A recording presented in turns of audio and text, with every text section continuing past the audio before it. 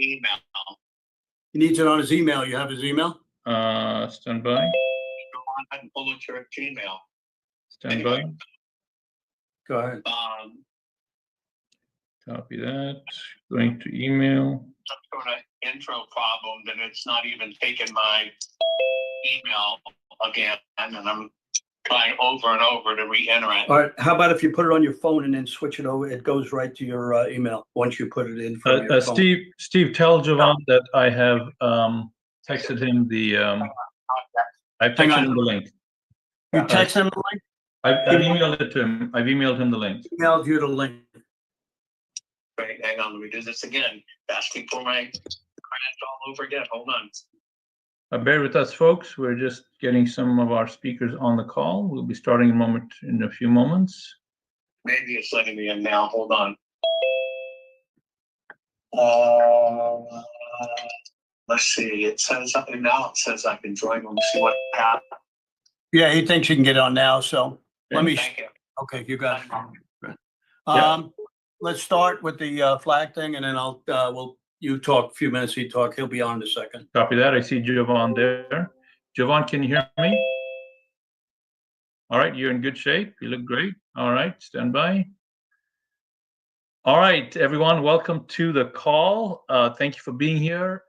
As you know, it takes a huge amount of effort to put these calls on, and so we ask you to support that by wearing this kind of a shirt here. I will tell you this, my friends, this is my second shirt from the flag shirt.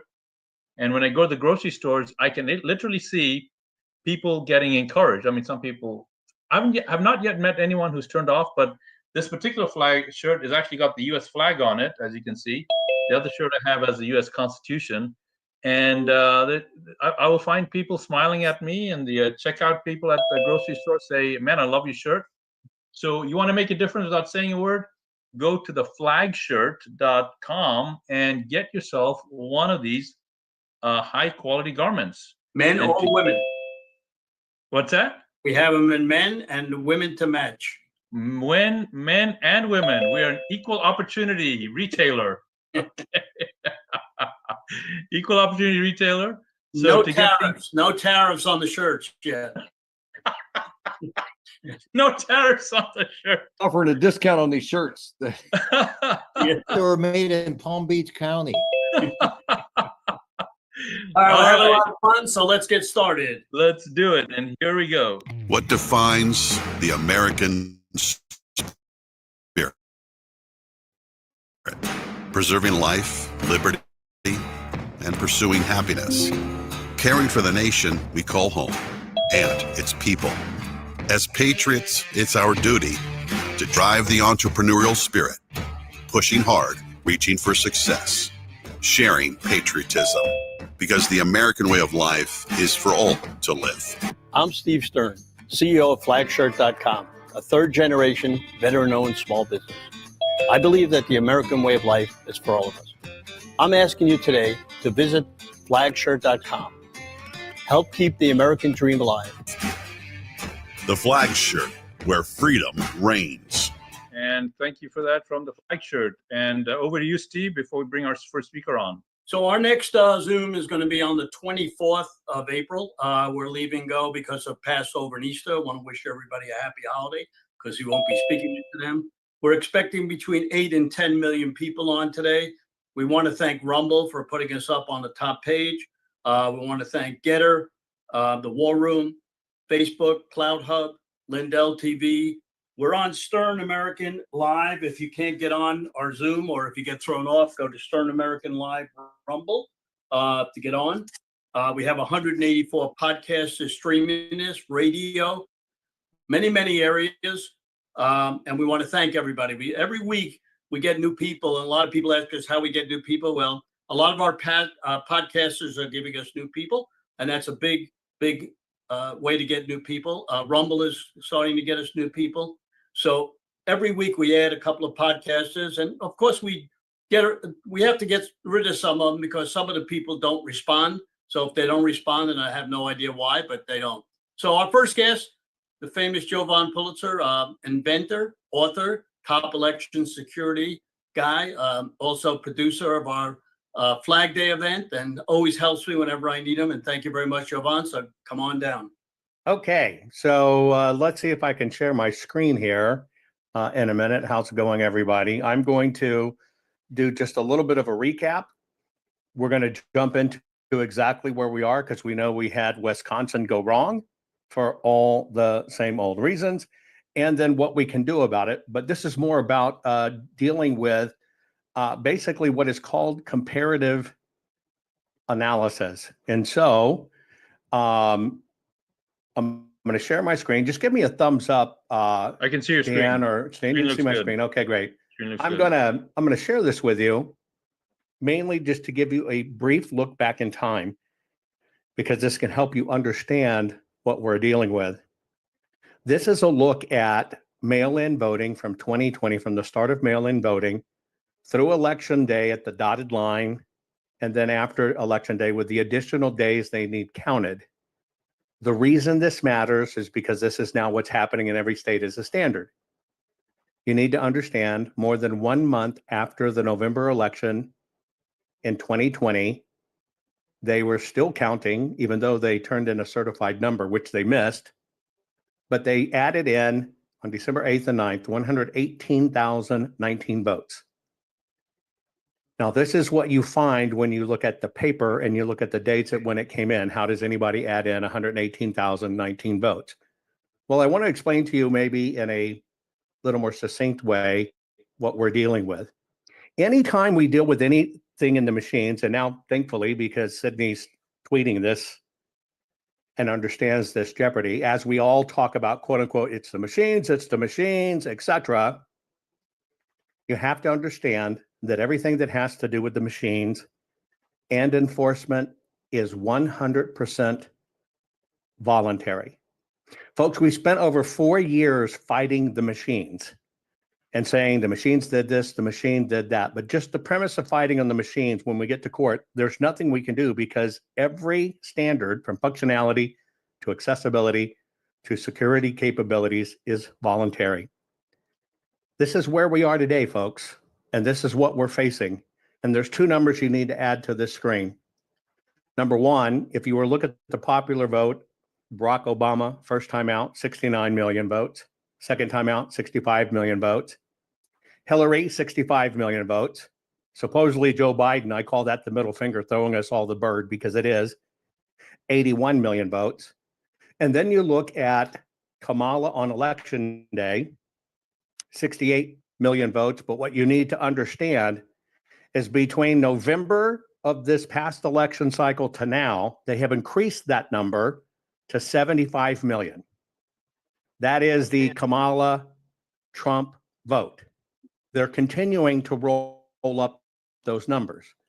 The reason they're doing it is because Biden's numbers stuck out.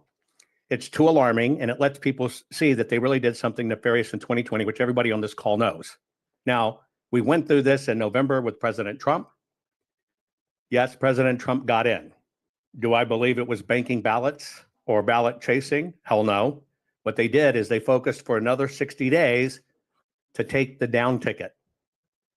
This screen should concern you because I believe we're in for a problem when we hit the midterms. This is everything about the midterms. And Joaquin Jeffries is already talking about he believes he has the House. Now, the one number that is not added to this screen is what quite could possibly be 8 million illegals motor voter dropped right to the voter rolls. So the cushion that they have is greater than they've ever had in time before. This is what we're up against, folks. Between right now and midterms, we've got 579 days. You have to back out 90 days for the rule of law that says you can't change the voter rolls. They can add to it, but you can't clean the voter rolls, boot people off 90 days prior to an election.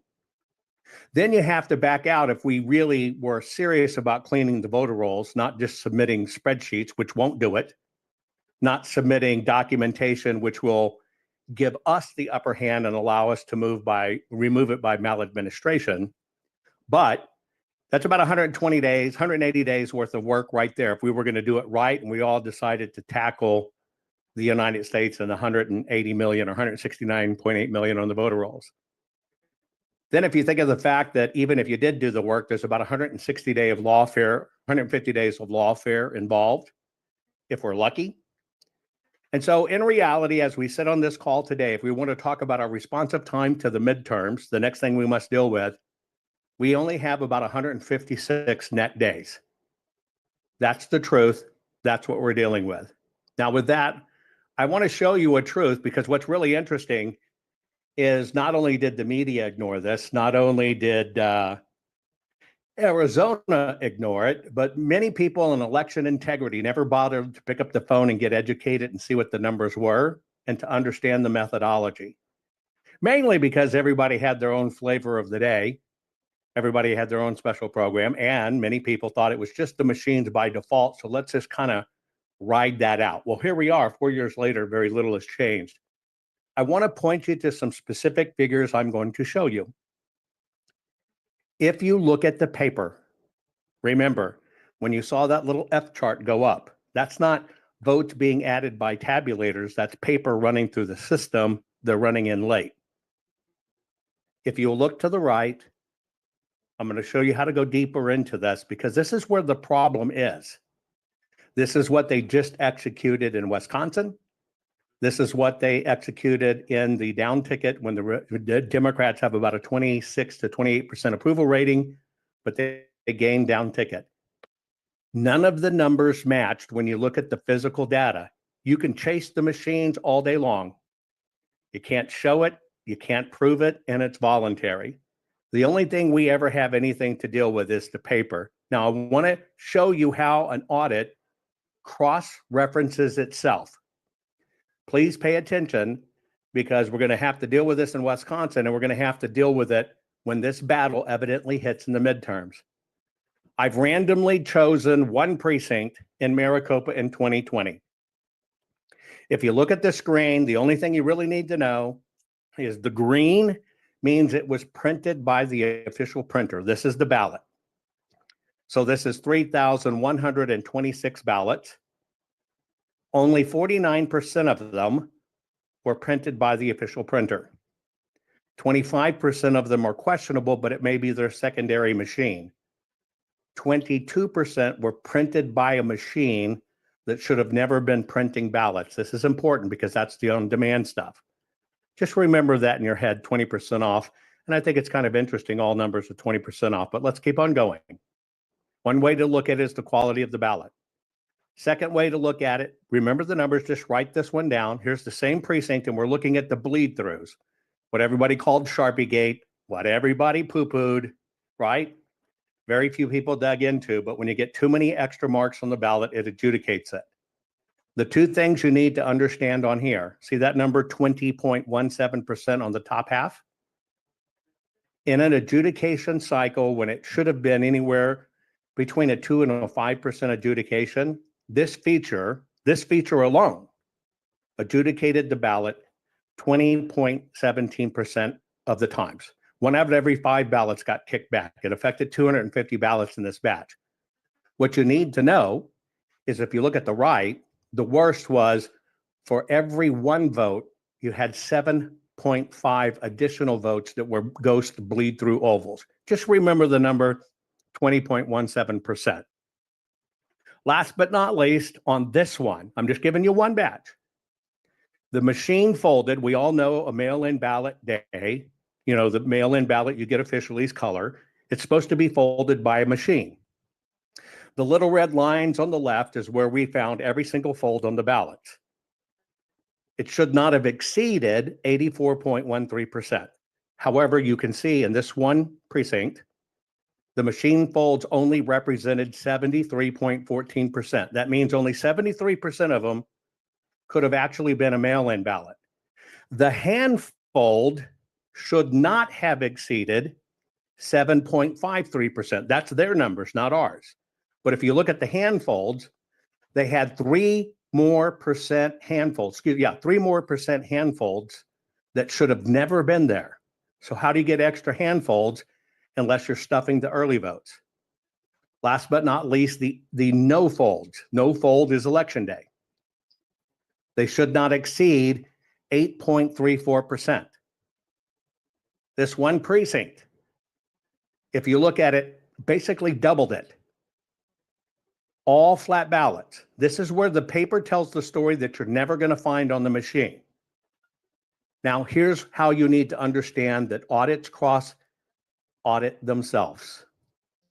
Remember, I just showed you, and I've showed you this before, but I'm showing it a different way. This is important because they tell on themselves.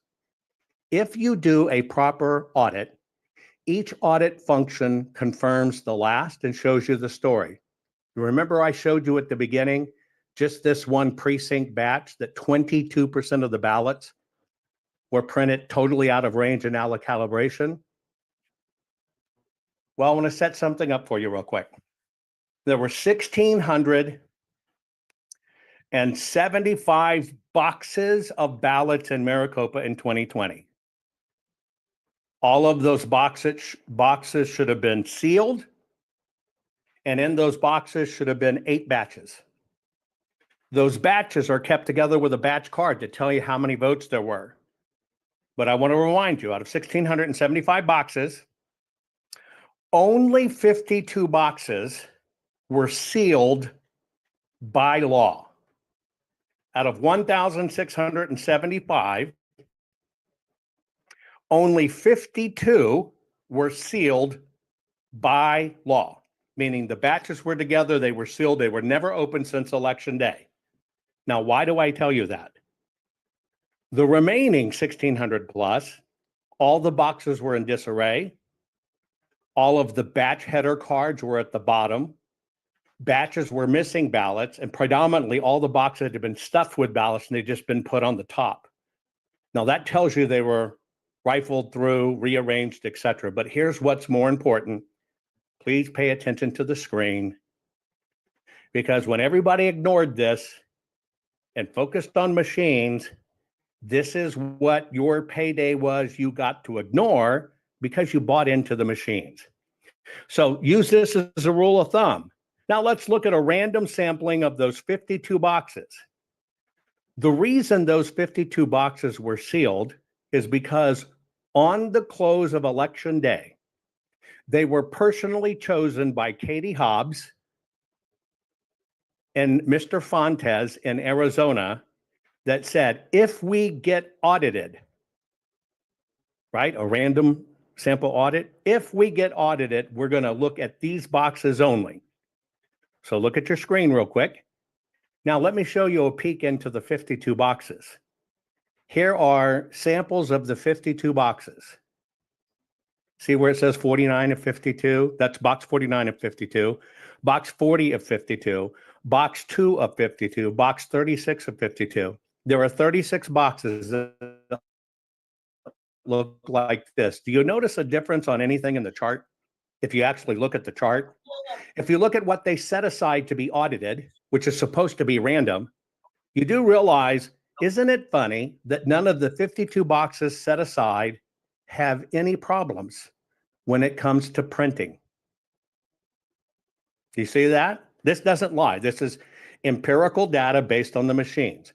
Not a single one of the machines from these magical 52 boxes was out of calibration, whereas 1,600 plus boxes all looked like this. Now let's go to the Sharpie gate that was supposedly non-existent. Remember Sharpie gate, I showed you 20% adjudication, 750%, meaning 7.5 bleed throughs to 1 legal vote. Let's look at these same 52 boxes set aside. What's the adjudication rate? Exactly in line with the norm. 0.5%, 0%, 3%, 1%. That's standard and to be expected. But where you don't find that is in all the 1,600 plus other boxes. When you look at the ones they set aside, you don't find it. Now let's talk about the folds, with the folds being out of whack. Remember, we're supposed to have machine fold at 84%. hand folded at 7.53%, no folds at 8.34%. I showed you this one precinct. It all failed. Let's look at those 52 boxes. Now, here's a really interesting phenomenon. This is 3 snips of those boxes. On the first one, you have, it should not exceed 84% folded based on how they batched them. Well, they've got 97.5% folded. Now you see the gray? The gray is no fold. Now you got to read the chart underneath it. You answer it for me. These are all early votes, which means mail or hand fold. Why do they have no folds? Let's look at the next batch in 52. Again, 94.5%, but this one has 5.5% absolutely flat, but it's 100% early votes. Day of votes, mail-in voting. Let's go to the next one. This one's got 84% machine folded, but it's got 15.3% that are absolutely flat, but yet it is another 100% mail-in vote and early vote. Why show you that? You can see charts all day long of Fs and theories and algorithm and fractal pterodactyls and everything else. And it doesn't matter what you show, because everything dealing with the physical machines is voluntary rules as defined by the Election Assistance Commission. Now, this was exposed early on, but many people, even watching this program right now, bought into Arizona audit was a grift. Oh, I didn't do a report. They didn't do it. It's the machines, melt them to prison bars. And we wasted 4 years chasing machines, which can't be enforced, when every single ballot that is out of whack is a felony at both the state and the federal level. Now, why do I bring this up? I bring it up because personally, one, it disgusts me not only where we sit as a country because we have so little time to deal with it, but it disgusts me in the election integrity arena that it became this little click stuff and people just couldn't see empirical data. And now they have continued. They did this in 22, they did it in 24, and now they've done it in 25. But we ran around and chased a lot of things, except how do we understand how they do it? And in all that time, where we know Biden didn't get 81 million votes, and then we allowed them to let Kamala without looking, because see, Trump won, everybody's excited. Trump won, we're in, and that's great. Mind you, that's great. But they inched up Kamala to close that gap and have put almost 8 million illegals on the rolls. And even with the rolls, again, it says, raise money, do it my way, but we're going to send in charts, which don't get anything off the rolls. So why do I bring this up? Because the clock's ticking, folks. Yes, we all talk about election integrity, but it's become clicks or who's the most prominent one or who gets credit. And in all this mix, we lost the things that we can do to fix this. I will give you a very good example. We didn't win 24 because of ballot chasing or ballot banking, which is only another name for early vote, and mail-in vote, which we know the problem is. In the GOP, it just rebranded it. Then we were sold the con, well, they're going to run out of ballots. Of course they're going to run out of ballots. But you know what? That's a blessing, because by law, they have to let you vote. Now, what this system does against us, and I'm going to play a video. Will I be able to play, Raj? You should be able to. Okay, I'm going to play a video. You don't have to listen to me. Let me pull it up. I'm going to play for you an expert at this, that an expert that knows how the system works, an expert that knows how to drive elections and to get people to vote. Where we lose is on conflicting messaging. I'm just waiting for it to load up here. But in this expert, you will see, literally beyond a shadow of a doubt, one of the top experts in the world on elections and how this is done, etc., explaining to you, let me make sure I got the right one. Hang on. How long is the video, Jovan? 1 minute. Okay. If I can find it now, it dropped from my screen. Hang on 1 second. It's just 1 minute. Yeah, no problem.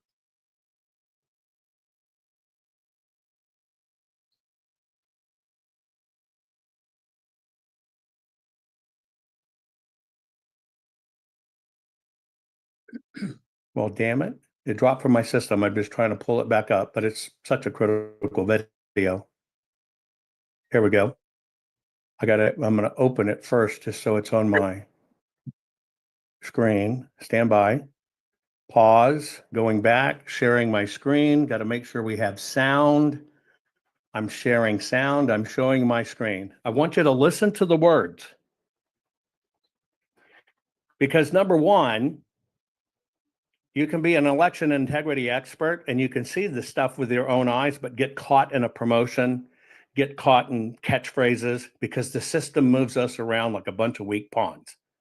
They move it to continue to win. They move it to keep us from winning, and they move it to keep us from working together. But I want you to listen to the master of it. And I want you to see if you catch in the words what the instruction set is and what was set up by the system. If you want to vote and you show up at your polling place, they can't stop you from voting. They can't stop you from voting. If people want to know how to vote, then you can go to iwillvote.com. The fact of the matter is that we give our power away all the time. You know, we tell ourselves, oh, it's hard, it's not going to matter, it's not going to count.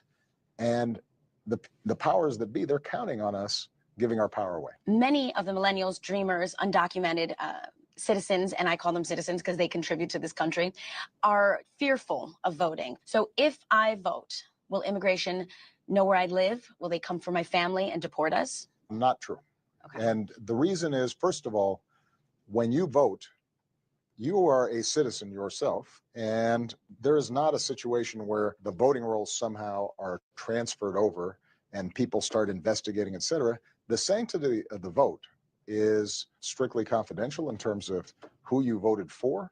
If you have a family member who maybe is undocumented, then you have an even greater reason to vote. This has been a And so he told you the vote's private, which means you separate it from the envelope and mail in. You never know what it is. You can't put it back anyway, which you can't do looking at the machine either. You can only do it looking backwards. He told you just show up and vote. Doesn't matter. By law, they have to let you vote. He also told you, don't worry. Nobody's going back to the databases and comparing the data and checking it out, which is exactly what 3,800 counties were told over the last 4 years. Don't screw with the paperwork, looking deep into everything. It's just the machines. We got it covered. We've got it. Folks, we're in trouble come midterms. Once again, I'm the broken record. Until we all figure out how to talk together and get in the same terminology, we don't need the left to defeat us because we defeat us. We defeat us because we split the minds of our own damn voters that we should be bringing together. They don't know who to believe or who to trust. They just choose who do they see on interviews the most, who squawks the most, who invokes Jesus the most, who looks the friendliest, who's the nicest, not the directest, because people hate the truth. If we don't get our stuff together and figure out how to work together and really nail down how this is done, everything you think you have that we got in this vote, because now we have a new president's gone in the midterm because they're going to lame duck them. But you also got to remember when they lame duck them, which will probably happen, then they're going to impeach him and all these executive orders go away. And that, sadly, folks, is our State of the Union. And they will tell you every time, just like I showed you Mr. Obama, they tell you right in the open how they do it, like Bernie did October 28, 2020, it's going to be mail-in ballots. But yet we went with, oh, it's the machines. And here we are. Thank you. How do they reach you, Jovan, if they want to get a hold of you? My email is the most hated asshole in the world in election integrity at Gmail. Just use my name. Don't believe the rumors. I'm very reachable. Jovan, Jovan, Hutton, Hutton, Pulitzer, Pulitzer, just like the prize, but I'm not. I'm the free parting gift at Gmail. But you can reach me. I'm here every day. Can you put it in the chat for us? I can. Thank you very much. We appreciate you coming on. We'll have you on again, of course. Thank you for all you do. Greg Stenstrom's coming on. Parallel election book, Patriots Online, one of the top guys on election security, many, many lawsuits. Come on down, Greg. How do I look and how do I sound? I only have a picture about Not this bad big. because you don't have a flag shirt on, but we can hear you. I just came back. Got back from court this morning. You and live in court. Huh? You live in court. I live. You live in court. We live there. That's right. We've been living there, and we were in court this morning. But I was listening to Jovan, and I want to provide some continuity and link that to what we're doing. And I think I'm the second or third guest, right, today? Second guest. So what I want to, I want to give people new information, and what we're seeing across the country, and specifically in Pennsylvania and at our county level, is that there is a huge push to centralize or further centralized counting and tabulation of votes. So that is the value, that is the object that they value. And that could be, and I want to say the persons that are they are the uniparty. Does not necessarily mean just Democrats, but there's also some factions of Republicans, misguided, that don't understand that what has protected our vote and protected our country in elections is decentralized voting. Decentralized voting means going to your local church, your temple, the local garage, the Kiwanis Club, the local school, and having the local retirement home, and having 50 to 100 people, maybe a couple of hundred people that all know each other as a community. They all vote, and they can do that. They don't need a machine to do that. 50 to 100 people, 200 people even, they can fill out paper ballots, which is one of the subjects of President Trump's executive orders and some of the things that are trickling up through legislation. But what that protected our vote was we had 100 or 200 people voting. So they were able to tally those votes over the period of a day. And again, that's not that many votes. Even 1,000 votes for some of the bigger precincts. It's not too much to tabulate over the period of a day. Polls close at 8 p.m. Maybe it takes an hour or two afterwards to kind of argue. But I've got 5 people there. I've got a judge of elections. I've got a majority inspector, a minority inspector, a machine. If you're using election machines, I have a machine operator, and then I have, one other person. And those are basically local people being paid a small fee, anywhere from $150 to $200 for the day to run the election. And then that's where my certified poll watchers come in. I got Republican and Democrat poll watchers at these local precincts. And what it comes down to is, I'm going to give the numbers are astounding. In 2019, in Delaware County, which is about 500,000 people, we have 430,000 registered voters. We had over 3,500 people running the elections. And these are your friends. These are your neighbors. These are people that that you see on the streets, that you see in your local stores. Think of that number. All of those people are running an election for 430,000 voters. They're able to tabulate the results of the election, and they're able to call them in that night, one night, election's done. Well, what's happened is with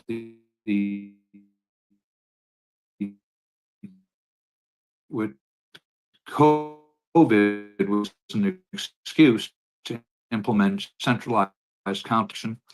And they focused, Giovanna gave a different number. I have 3,143 counties, but we're pretty close. I think he said 3,118. I have 3,143. But there's 3,143 counties across the United States. And all of them by putting in these centralized counting centers, they initially targeted only less than 30 in 2020. It only takes 20 to 30 counties to change the outcome of the US election. That was it. And the places they focused to put the centralized counting centers in 2020 under the guise of COVID were Delaware County, Pennsylvania, where I am, 500,000 voters, Maricopa County, Wayne County, Antrim County, Fulton County. You see a pattern here? All the hotbeds of election fraud, Philadelphia, where they had to putting up papers and they wouldn't let anybody come in, and they said, don't worry, we're going to count the vote back here where no one can see, and we'll let you know how it goes at the end of the night. Those specific counties flipped the United States. So what the object they value is they need to further centralize the vote. And in order to do that, they're trying to redistrict counties. In Delaware County, the case that we were in this morning was they want one person to tabulate the whole election. One person and 3 people from the Board of Elections. So the Director of Elections, James Allen in Delaware County, and then the Board of Elections, which is 3 members. So we're going to go from over 3,000 people who were able to get the election done in one day, and now we're going to have election month, election season, and we're going to let one person control the vote. Does that make any sense to anybody? So what we were fighting this morning was we were fighting that redistricting. They want to redistrict and collapse 104 precincts or districts out of 428. Their plan is to completely centralize Delaware County so that only one person counts the vote. It's like sending up smoke for the Pope. Black smoke, white smoke. One person decides, one person tabulates the vote. One person can hide the election records and so forth. That's the way they want to run it. That's what we're fighting. We're fighting centralized counting centers. Now, in addition to fighting the centralized counting centers, the other object they value is continuing to perpetuate election voting machines. The notion of too big to rig is, in my mind, ridiculous. I'm a computer scientist as well as a forensic computer scientist. And anything that can be put in a computer, I don't care if you put 10 counties, 10,000 or 100,000 counties. It's just a few more clicks on the CPU cycle, a little bit more memory, a little bit more disk.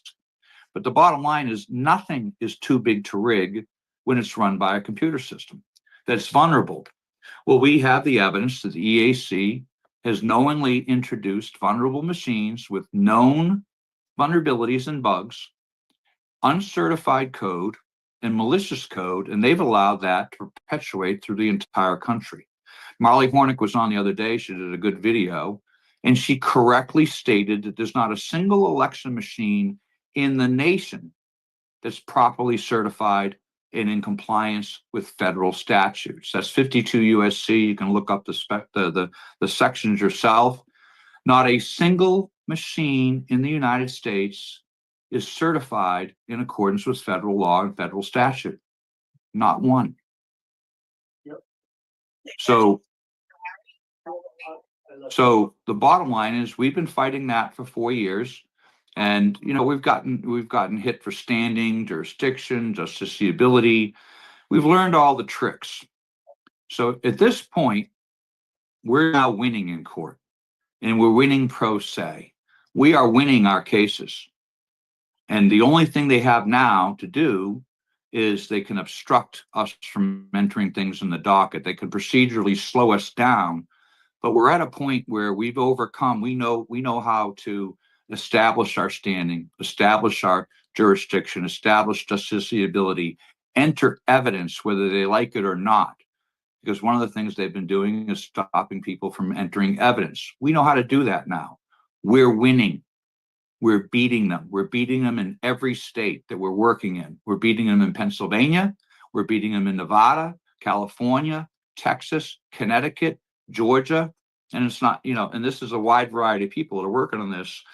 To give you an example, Andy Thompson has got a case in Nevada where he's challenged the election and the election results for the 2024 election.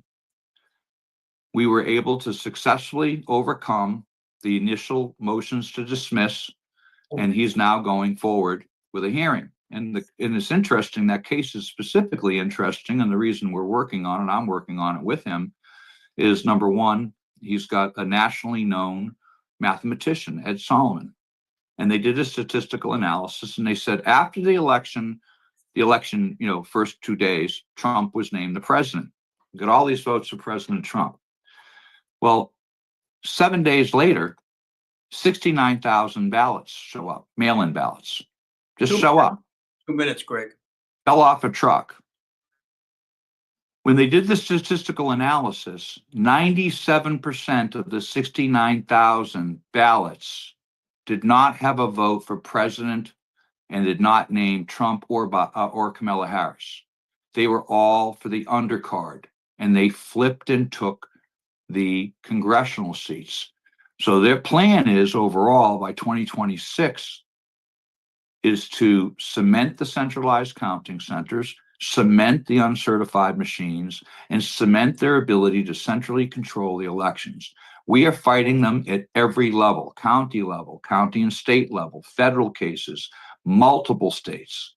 And what we've done over the last 4 years, while our opponents have been saying, well, you keep losing, it's 0 and 98. They are gloating too early. It's premature. What we've been doing is establishing the evidentiary base. We now have the proof of the misconduct. We have the names, we have the people. And what you're going to see over the next couple of months, just the next couple of months, and all the way through 2026, is we are going to be banging these people, and we're going to be correcting what has been done wrong. All of these disclosures, all of these cases have been submitted to government agencies, the DOJ, the FBI, the Inspector General, the House Judiciary Committee. All of this has been documented. We've taken every single case, every single criminal disclosure, and put it into the National Archive. The proof is undeniable that our elections have been stolen, and the people who stole them, we know who they are. All of the cases that they've said are dead and they won, they're mistaken. The vast majority of them are still alive. 1 minute. 1 minute. Greg. Well, I'm rolling up. I think I wanted to give people encouragement, and that they to know that we're going after specific objects that they value to make sure that they can't cheat in 2025 and then in 2026. The last thing, we have a great case here, and it's with the 1 minute left that I have, we have a case, and his name is Charlie Alexander, and he was bumped off the ballot for a hyper technical reason. And when we first looked at it, he was running for county council, and they bumped him off. They knocked him off the ballot. Well, when we went in and we did a forensic analysis, what we found was they took 12 people off the ballot in Delaware County, and they took 42 people in Montgomery County, and it was unlawful. They essentially just rubber stamped the removal of these candidates. And the reason they do this is they need to shape the elections. They start stealing the elections by shaping the candidates. Well, we caught them with judicial misconduct, docket tampering, lawyer misconduct, all of which was submitted this morning. And what's going to happen is it requires, as a strict matter of law, a reversal by the Commonwealth Court to put all of these candidates, people running for school board and running for different places that want to provide honest public service, they're going to be restored to the ballot. That's what we've asked for as a precedentiary opinion. So we're fighting at every level here. You can reach me at patriot.online, www.patriot.online, not .com, not .net, patriot.online. You'll find that's our social media platform. I'm on Twitter, at Greg Stenstrom, and I've become more active in that. For people here that are on my Facebook friends, I don't take that many of them, but you can find me on Facebook when I publish public statements. And lastly, the book The Parallel Election is still very valid. The subtitle is A Blueprint for Deception. We tell you how, why they're doing it, and we show exactly how they were cheated in 2020. Now they've gotten more sophisticated, but if you want to see the pattern and learn about how they commit election fraud, that's your book. You can buy that at parallelelection.com.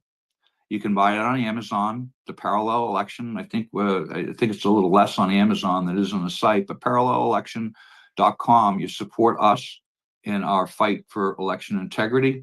And Steve, I love your show, love the platform, love the guests. I just got off the phone with Linda Sinkowitz. I think she's coming on later. She slotted in too, and we both were running to get on the show.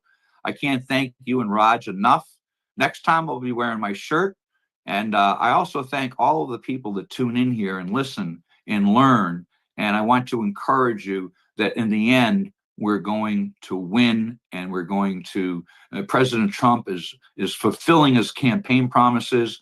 And this is a great time. We're going to see great changes over the next 2 years. And I want people to stay enthusiastic and hopeful. And I want everybody to pray. Thank you very much. I want to thank a couple of people that are streaming this, totalnews.com. We have a new guy, Mike Schwartz, Two Mikes podcast, and our greatest guy, Dan Smiglio, Voice of the People, gets tons of people from all over the world. Our next guest, we're happy to have him, Jim Womack.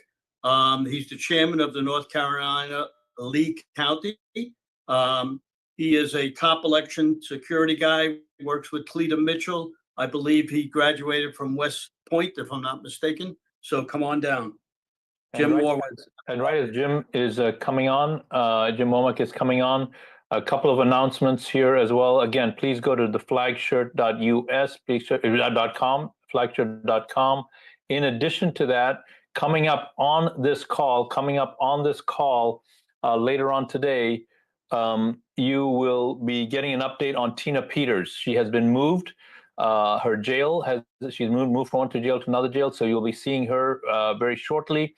And in addition to that, you'll be getting an update from Florida as people here are trying to use Trump's executive order to double the amount of mechanized systems in the state of Florida. So that's coming up. But thank you for waiting. Jim is now up. Go ahead, Jim, you're up. Raj, thanks, Steve. I've got my obligatory shirt on. I own about 20 of these, so, the one for the day today. Hey, look, it's great to be on, and I appreciate the opinions that we've heard from Jovan and from Steve before, and I'm going to give a little bit of a different presentation today. I want to really amplify what was in President Trump's executive order and the implications for the country, particularly the states, and their implementation, because we all know that time, locations, and manner of elections are the province of the states, and therefore it's really much of the federal law and the NVRA and the HAVA public laws are set up to empower the states to be capable of running free and fair elections. And we know that there's vulnerabilities that are created when you allow the 50 states to roll their own in conducting an election. And there's an absence, in general, of federal standards across the board. And this is one of the focuses that we've had in the election integrity team in North Carolina, is to identify where those vulnerabilities are, where those voids are in federal standards and in state standards, and trying to close those gaps, reduce the vulnerabilities. There's another guy on the call today named Barry Chapman. I'm gonna give him a shout out because Barry's done some magnificent work. Steve, you should have him on and have you walk through it one time. He's completely decomposed the election process into its constituent elements, some 600 or 700 constituent elements. And Barry's spreadsheet tracks all the vulnerabilities, the risk vectors that could impact an election. And machines and technology is one of the 8 lanes of election integrity that we refer to that have risk vectors, and those can be mitigated to a large extent. But if you lock down or you eliminate the machines, you still have 7 other lanes of election integrity in which cheating can occur or risk can occur of corruption of the election.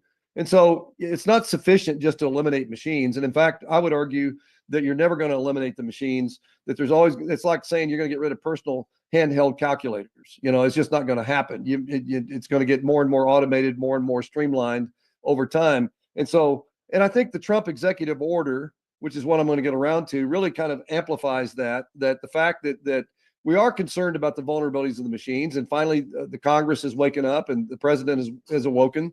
And I think what we're going to do is try to attack the machine vulnerabilities in a very deliberate way. And the executive order 14248 actually does that.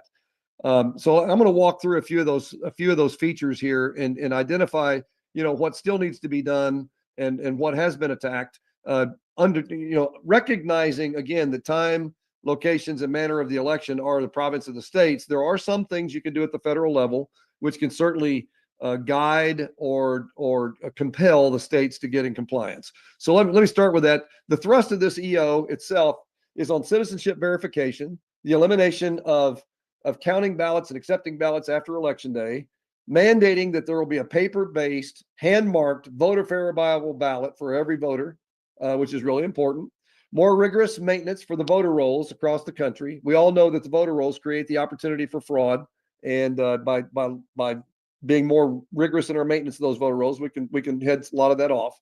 Federally supported database cross-checking. This is something that we've never seen at the federal level, and now that Trump has their undivided attention as president, he can actually compel the Social Security Administration, DHS, and others to cooperate with the states, not just make it accessible to the states, but actually assist the states in doing the cross-checking they need to verify citizenship and to eliminate duplicate voters. Condition, the next big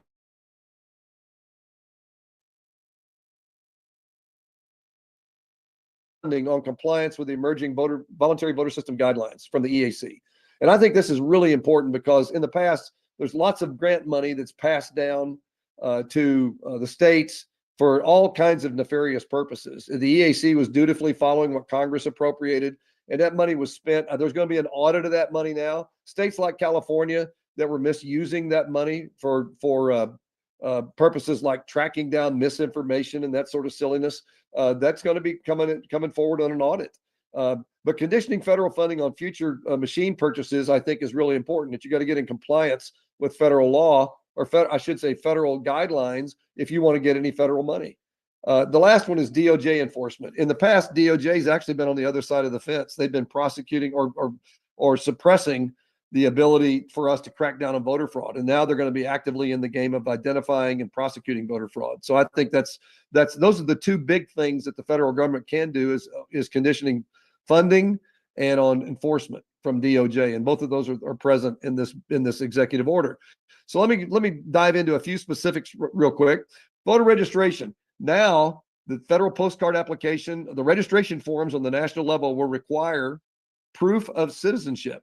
And you have to document how your citizenship was proven, whether it's by passport or other forms.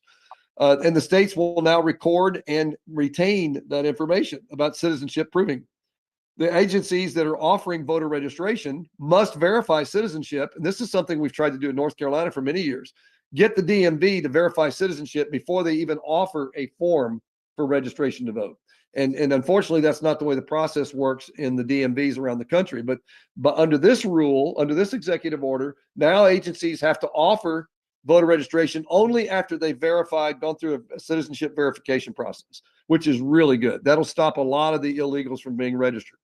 Under voter list maintenance, the DHS, the Social Security Administration, other federal agencies now have to make their records, their databases accessible, either through an application programming interface or other form, so that the states can do an instant lookup or an asynchronous message to identify how or whether a person is who they say they are and that they're properly a citizen.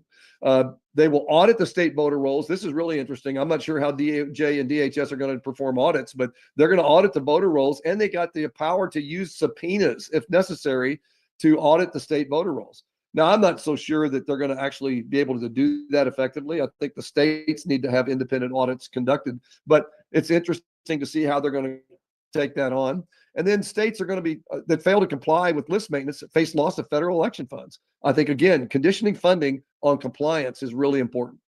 The voting systems. This is where we're at a little bit of a disagreement, I think, with some of the other participants in this call. I'm not an anti-voting systems person. I believe that automation is good. Automation can be used effectively. And I think you have to eliminate the risk vectors and follow full FSMA compliance, FSMA and NIST standards compliance in order to secure our systems. I mean, you're not going to stop using election or automation in banking. You're not going to stop using automation in law enforcement. You're not going to stop using automation in elections. And now what you can do is you can certainly tighten up the rules on the certification of machines and decertify. I think that's the first time we've heard that authority being granted to EAC, but they've been ordered within 180 days to decertify machines that don't follow the 2.0 or later standards. So that's going to be really interesting to see how that is. We will not have a single machine in the country as of 6 months from now. Not one machine in the country will be certified if they follow through on this order. That means that all systems now will be vulnerable. Some states that have rules like Ohio, and Marcell can talk about this in a little bit. Ohio has a rule that says you have to be certified under the latest standard.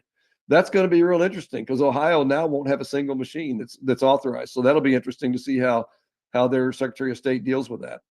So, but anyhow, voter verifiable paper ballots are to be used, and except in those cases where DREs may be permitted is when there's barcodes, or I'm sorry, where there's a disabled person that's voting and needs a machine that's ADA compliant. And therefore you might be able to have barcodes or QR codes in those cases. But other than that, your mainstream voters will not be able to use those kinds of machines. They will have to be using a machine that has a voter verifiable paper-based ballot, hopefully that's watermarked. Mail-in and absentee voting, all must be received now by Election Day. And that, by the way, does include UOCAVA. That does include the overseas ballots. They will have to be back in, depending upon what the state requires, by the close of the polls or by midnight or whatever on Election Day. They all have to be in by Election Day, and so that's really important. Now there won't be any post-Election Day capture of ballots that could swing an election. Next item is mail-in and absentee voting. The states must comply with this uniformly, using all voting methods. That means that there's no exceptions to be made on mail-in and absentee votes, all in by Election Day. UOCAVA, the Uniformed and Overseas Civilians Absentee Voting Act, is going to be substantially impacted because the Secretary of Defense now has to update the federal postcard application. All the states that were allowing electronic voting have to have those in by Election Day instead of like they do in North Carolina, which is 10 days after the election. Proof of eligibility now has to be proven. So if you're going to be an overseas voter, now you have to be able to prove that you not only are you a U.S. citizen, but you also have to prove you have eligibility to vote in that state, and which is a two-pronged eligibility requirement. Really important. And I think, this is one of the things the federal government can impose under UOCAVA and will impose. And I think the Congress will support that. 2 minutes. Okay. Section 6 is under enforcement and federal oversight. All right. So this is, as I said before, the DOJ, DHS, FEMA, and others are now being sanctioning authorities over funding and enforcement. So they can compel compliance or revoke all funding. And the last thing is the Election Assistance Commission. We have a number of things. The voluntary voter system guidelines, which are truly voluntary by the states.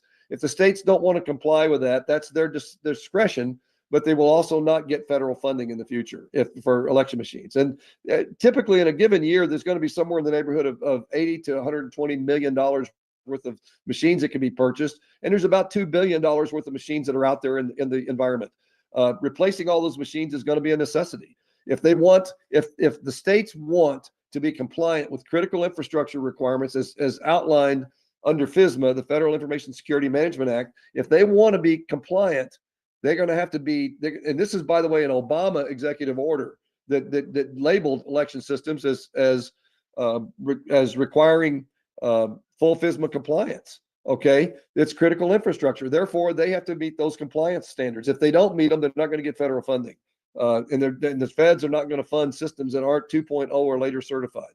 So that's going to be really important. It's cybersecurity at its best. And the last thing I would say is all these things are going to be under the watchful eye of the Attorney General, DOJ. They're going to definitely be watching and enforcing compliance where they have the authority. It's up to the states, though, in the end, to implement both the technology and the statutory guidelines necessary to implement the full reach of the executive order. But it's a step in the right direction. Thank you very much, Jim. Now we're going to have Colonel Conrad Reynolds CEO of AVII. Great. Thank you for having me on. I'm sorry I didn't get to hear everything that he just said, but what I did hear, I liked. It was very, very accurate. For those of you who don't know me, my name is Conrad Reynolds. I work with Will Huff. He and I work together. We've been up in D.C. since the 1st of February working on the president's agenda, trying to get this executive order done and trying to help them with some of the key points that are in that. Additionally, we've been working on trying to get a law, which we call MESA, which is Make Elections Secure Again Act. We've been trying to get that brokered, and we got a sponsor, Congressman Pete Sessions out of Texas, the 17th District.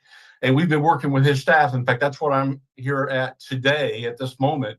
I took a break to come out to make this call. We're working on the key elements of that law that will help codify the things that were in the executive order. There's a lot of things that are going on in the background, I can assure you, but ultimately we don't want machines. We want machines out for the most part, and we think you're right. The federal funding issue is the big one. Even under DOGE, they can cut the federal funding for most of these machines. And I'm from the state of Arkansas, where we have ballot marking devices for everybody. That is a problem. We do not want machines marking our ballot for us. We need a hand marked paper ballot. All the computer scientists that I've interviewed and cybersecurity experts all agree that the gold standard is a hand marked paper ballot that is eventually hand counted. Some say you can go to a machine to count them on election night and as an unofficial count. But then that's followed by a hand count. And that is important. In fact, you can't even do a risk limiting audit unless you have a hand marked paper ballot. The guy that invented that, Philip Stark out of University of California, Berkeley, I've had him on my show many times. We've talked at length, and he was adamant that these ballot marking devices you cannot trust. You never know if that is the intent of the voter, and you have to get rid of the machines in order to do that. The problem that we have, even in a red state like Arkansas, is that 63% of the people do not trust these machines and they want a hand marked paper ballot. But 99% of our legislature, to include our governor, all support the machines. They will not bend. They have fought us tooth and nail all the way. So I conveyed to President Trump in early March, well, actually late in February, that there's a problem. And the problem is that we cannot, at the state level, overcome the problems that we have at the state level, because it seems like the voting machine companies have our legislature captured, and they're not willing to go the next step and get rid of these machines. So it has to be at the federal level. And at the federal level, then you run into issues with states' rights, states determine time, place, and manner. So there's a lot of issues here that have to be resolved. And the bill that currently we're working on, called the MESA bill, is trying to address all of those issues. And it's pretty complicated. But if we get through this and we're able to get this bill done, we're hoping to have it ready and to be voted on probably by June. That's what we're hoping, because that would give the states enough time to be able to reconfigure and go to paper ballots. And I think the funding issue is the big deal. What we're trying to say is with funding, if you say that we will support hand marked paper ballots and we'll fund that, we're not funding any of these machines. We think that's important. The other thing is that, yes, the handicap, the American with Disabilities Act, they have a lot of power in Washington, D.C., and we understand that, they're going to be pushing for some of these machines. The problem is that under HAVA, it says a system, and most of the states interpret that to say, oh, that means I've got to have a voting machine, a voting computer. That's not true. They can have other systems out there. There are other systems that allow that. You can have a confessional type system. You can have a family member. So we want the states to be able to know that they can use these, particularly the smaller counties where they virtually have nobody that uses these handicap machines, but they have to pay for the programming and the maintenance of these machines, very expensive, when they shouldn't have to do that. So we're working hard to try to make that happen. And that's what I've been doing in D.C. for about 6 weeks. And we think we've got a good handle on it. as best we can. But I will tell you, there is a lot of pushback, even from some of the Congress people, men and women that you would think are really strong on this. I can tell you that I talked to some of them, and when you get them one-on-one, they're not nearly as vocal as they are when they're in front of a TV or in front of a microphone. They'll tell you these machine companies have a lot of power in DC. And I said, well, that's the reason you have to do this. That's why we have to defund them if we can. So the executive order that President Trump put out really gives us a lot of tools to go after these machines. And I wish I could talk about more. I will tell you that there are more things that are coming down the pike. I can assure you that. And probably the next couple of months, I believe that there will be evidence that will be presented, that people will have an opportunity to be vindicated when they talk about the vulnerability of these machines cannot be trusted. Yes, technology is a wonderful thing. And I agree with people who say, hey, we need technology in a lot of aspects of our life. That is true. But every cybersecurity expert I've spoken with, to include the computer scientists out of Harvard, out of Princeton, will tell you, you cannot trust the voting machines. And I don't. And therefore, we're going to try to get rid of them. I wish I had more to say, but that's about all I've got for right now. We'll have you on again as soon as you get more information. Thank you very much. Thank you. Coming down. Next up is Dan Schultz, my good friend, Precinct Strategy. I've been working with him for 4 years. He's the one responsible for getting me on Steve Bannon. And he has a book, which everybody should get. I don't know if you can put me on that, Raj. www.precinctstrategy.com. Go to it. I can see the book. I'm sure Dan will talk about it. So come on down, Dan. You there?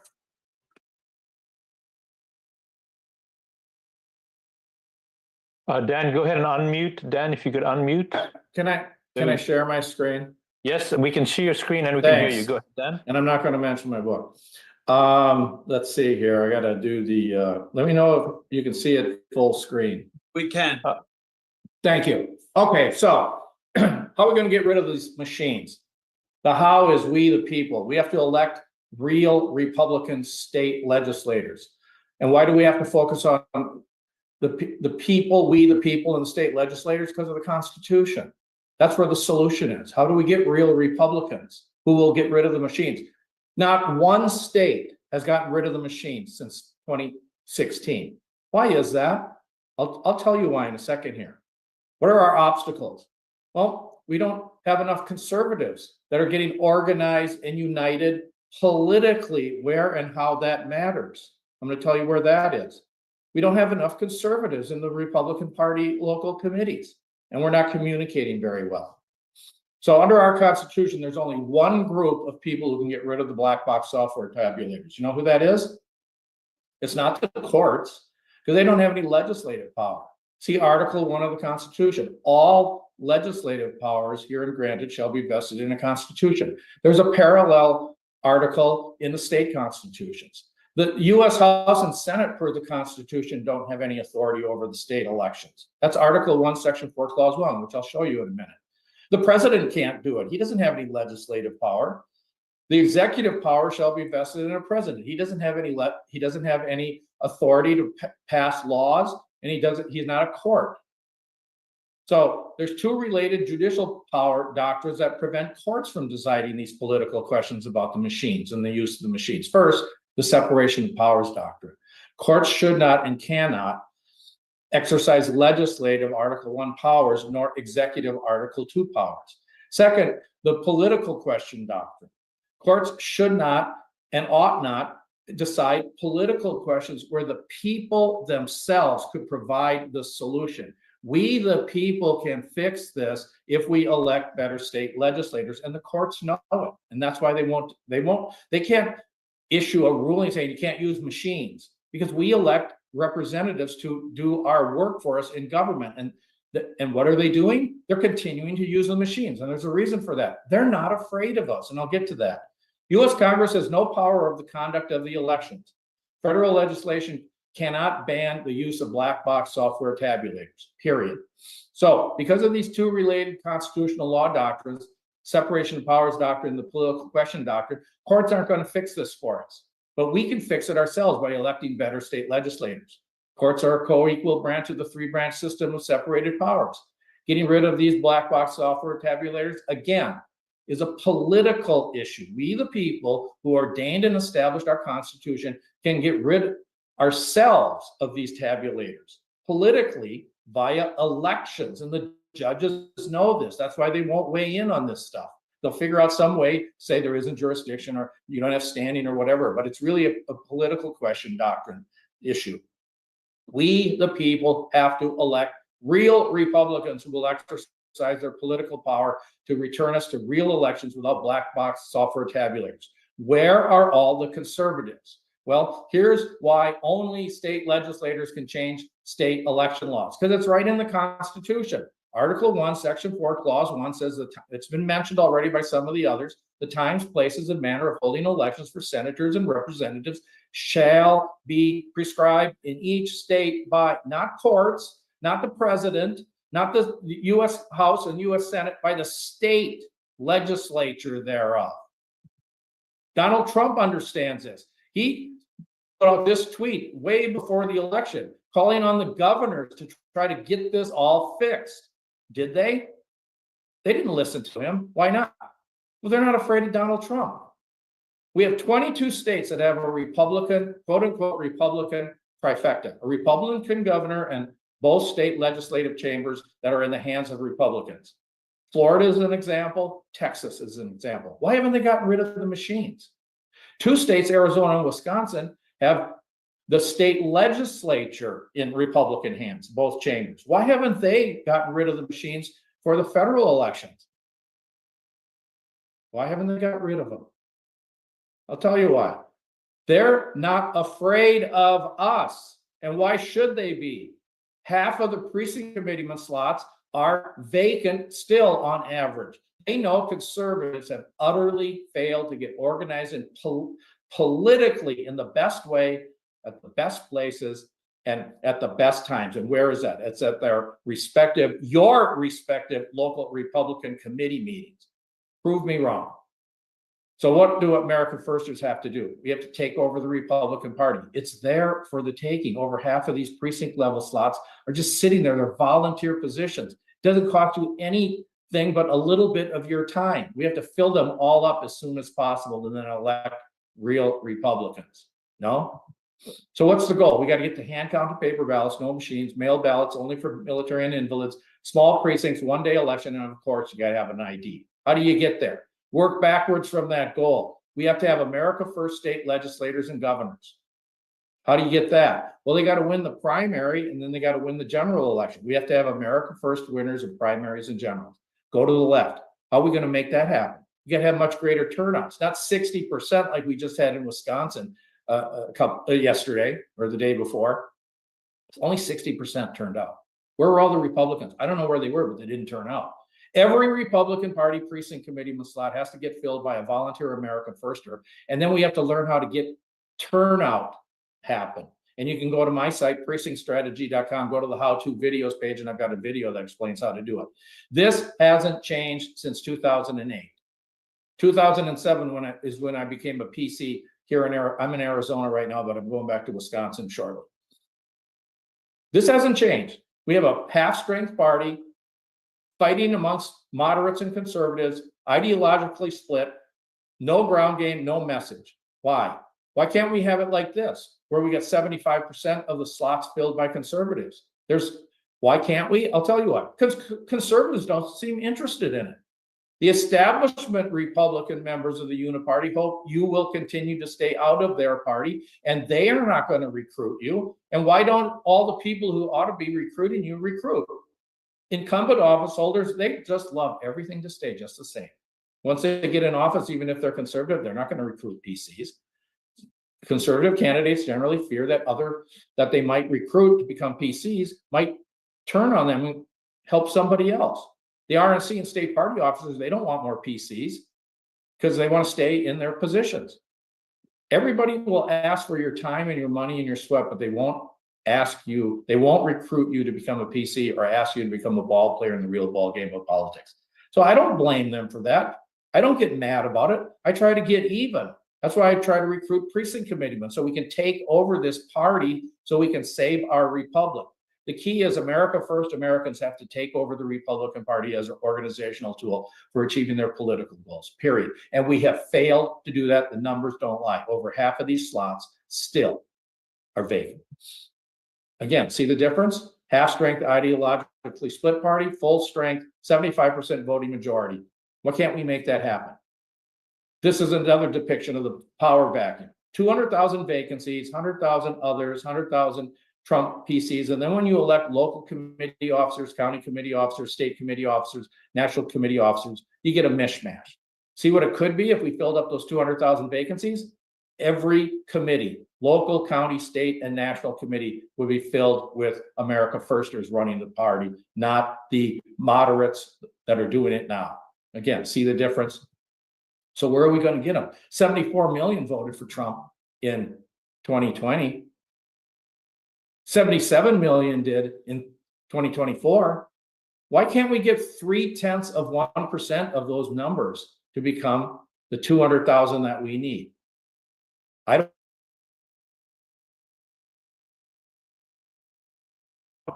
But he doesn't recruit, unfortunately. Somebody's telling him not to do it. So we got to do it ourselves.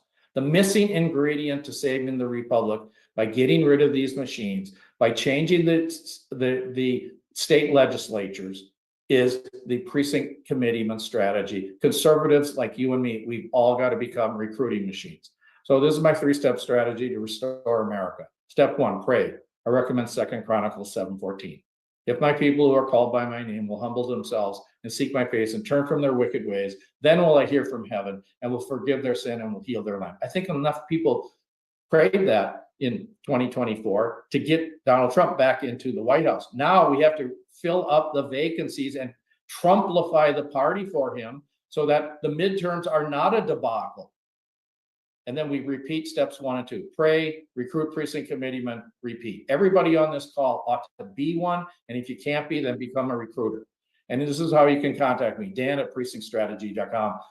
My site is precinctstrategy.com. I did this PowerPoint in my podcast today. I pre-recorded it before this call. It'll air at 6 p.m. Eastern. If you want to watch it, go to precinctstrategy.com at 6 p.m. Eastern, and then click on the third button that takes you to my Rumble account, Cold Warrior 1978, Cold Warrior 1978, and watch the podcast. If you want this PowerPoint, let me know. I'll send it to you, Dan@precinctstrategy.com. I'm out. Thanks.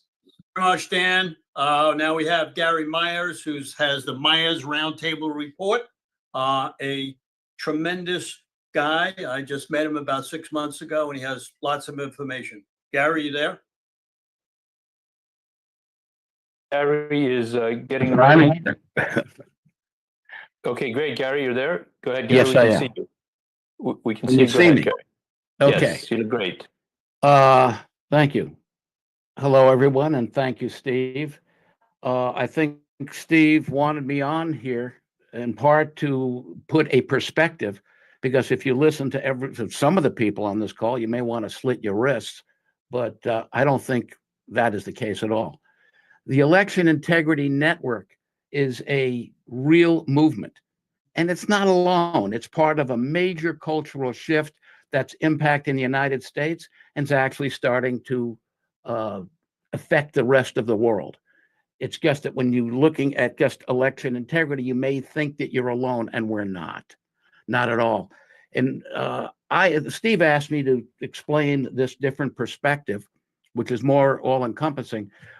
We've been running a very private think tank for 43 years, which began its focus on economics. Today, our group has 150 people in the United States and abroad, and our experts are not academicians.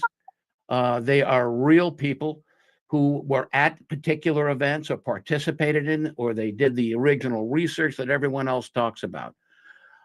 We cover a raft of including election integrity, and some of our members and forecasters are on this platform today. Historically, we've been making forecasts on different subjects, including election outcomes, election integrity efforts, economic, science, geopolitical events, and trends. Our latest set of forecasts, 172 in number, were made in October, November, and December of last year. The subjects included President Trump winning the electoral vote, which I didn't think was that hard, but also the popular vote when the betting odds had that at 37%. We also forecast commodity prices, restrictions on foreign ownership of U.S. land, the timing of when the southern border would be shut down, the first Israeli-Hamas exchanges, and we're talking about almost to the day, the upcoming ceasefire between Russia and Ukraine, U.S. mortgage rates, Fed policy, and a lot more. The point is, we made these forecasts on the efforts of the Election Integrity Network because we think that victory is coming. It's still going to be a battle, but it's coming. And by the way, of the 172 forecasts that we made, 77 are measurable, and so far we're 76 right and 1 wrong, with 95 to be determined. That's a 98.7 accuracy rate. If anyone wants the forecast, I'm just going to send out the email address right now. In any case, we see the Election Integrity Network is winning. As I said, it's a movement, and I think you all know that. However, when the dark days are coming, or when we go through them, you got to look at other things to see the overall trend that's impacting the nation. You all know that we are a movement, but in addition, the massive culture change that's affecting every place. Think of it this way. The emperor has new clothes. In addition to election fraud being taken seriously, climate change fraud is being debunked. Vaccine mandates, the COVID vaccines are being shown as being dangerous, and the vaccine mandates are being lifted. Stop illegal immigration. The UK Prime Minister, Keir Starmer, just last week called for a meeting of 40 nations to try and figure out how to stop it. People everywhere are rejecting lawfare against political opponents, and everyone is with people are being sued. And we all know this. If you disagree with the establishment, but now the complaints and the demonstrations are coming in the UK, France, Germany, Romania, many other places. Everywhere also, there seems to be a growth of spirituality and religiousness. This is not a small thing, because very simply, believe in God, don't believe in God. When we live by the 10 commandments, things are better. Wokeness is being rejected. Gaslighting of the acceptability of transgender ideology is being rejected because it doesn't work, even in a practical sense. There are attractive single women out there who are professionals and are achieving in the Gen X and millennial era periods of groups, and they're having problems finding guys to date because the woke soy boys don't make good mates, they don't make good partners, and they don't make protectors of family. You can blame that on the war on boys and the theories of toxic masculinity. This is just one of the many things that have been going on that have been attacking the basic structure of our society, including the basic family unit. However, there's hope coming. Generation Z, teens in their late teens and mid 20s are adopting a more conventional attitude toward many things. They have a more conventional attitude toward marriage, casual sex, and voting. They are becoming conservative. They are supporting free speech. They are becoming more religious. They are voting conservative. They are getting married and want to have children, where their predecessors in Gen X and millennials were questioning whether or not they should bring children into the world.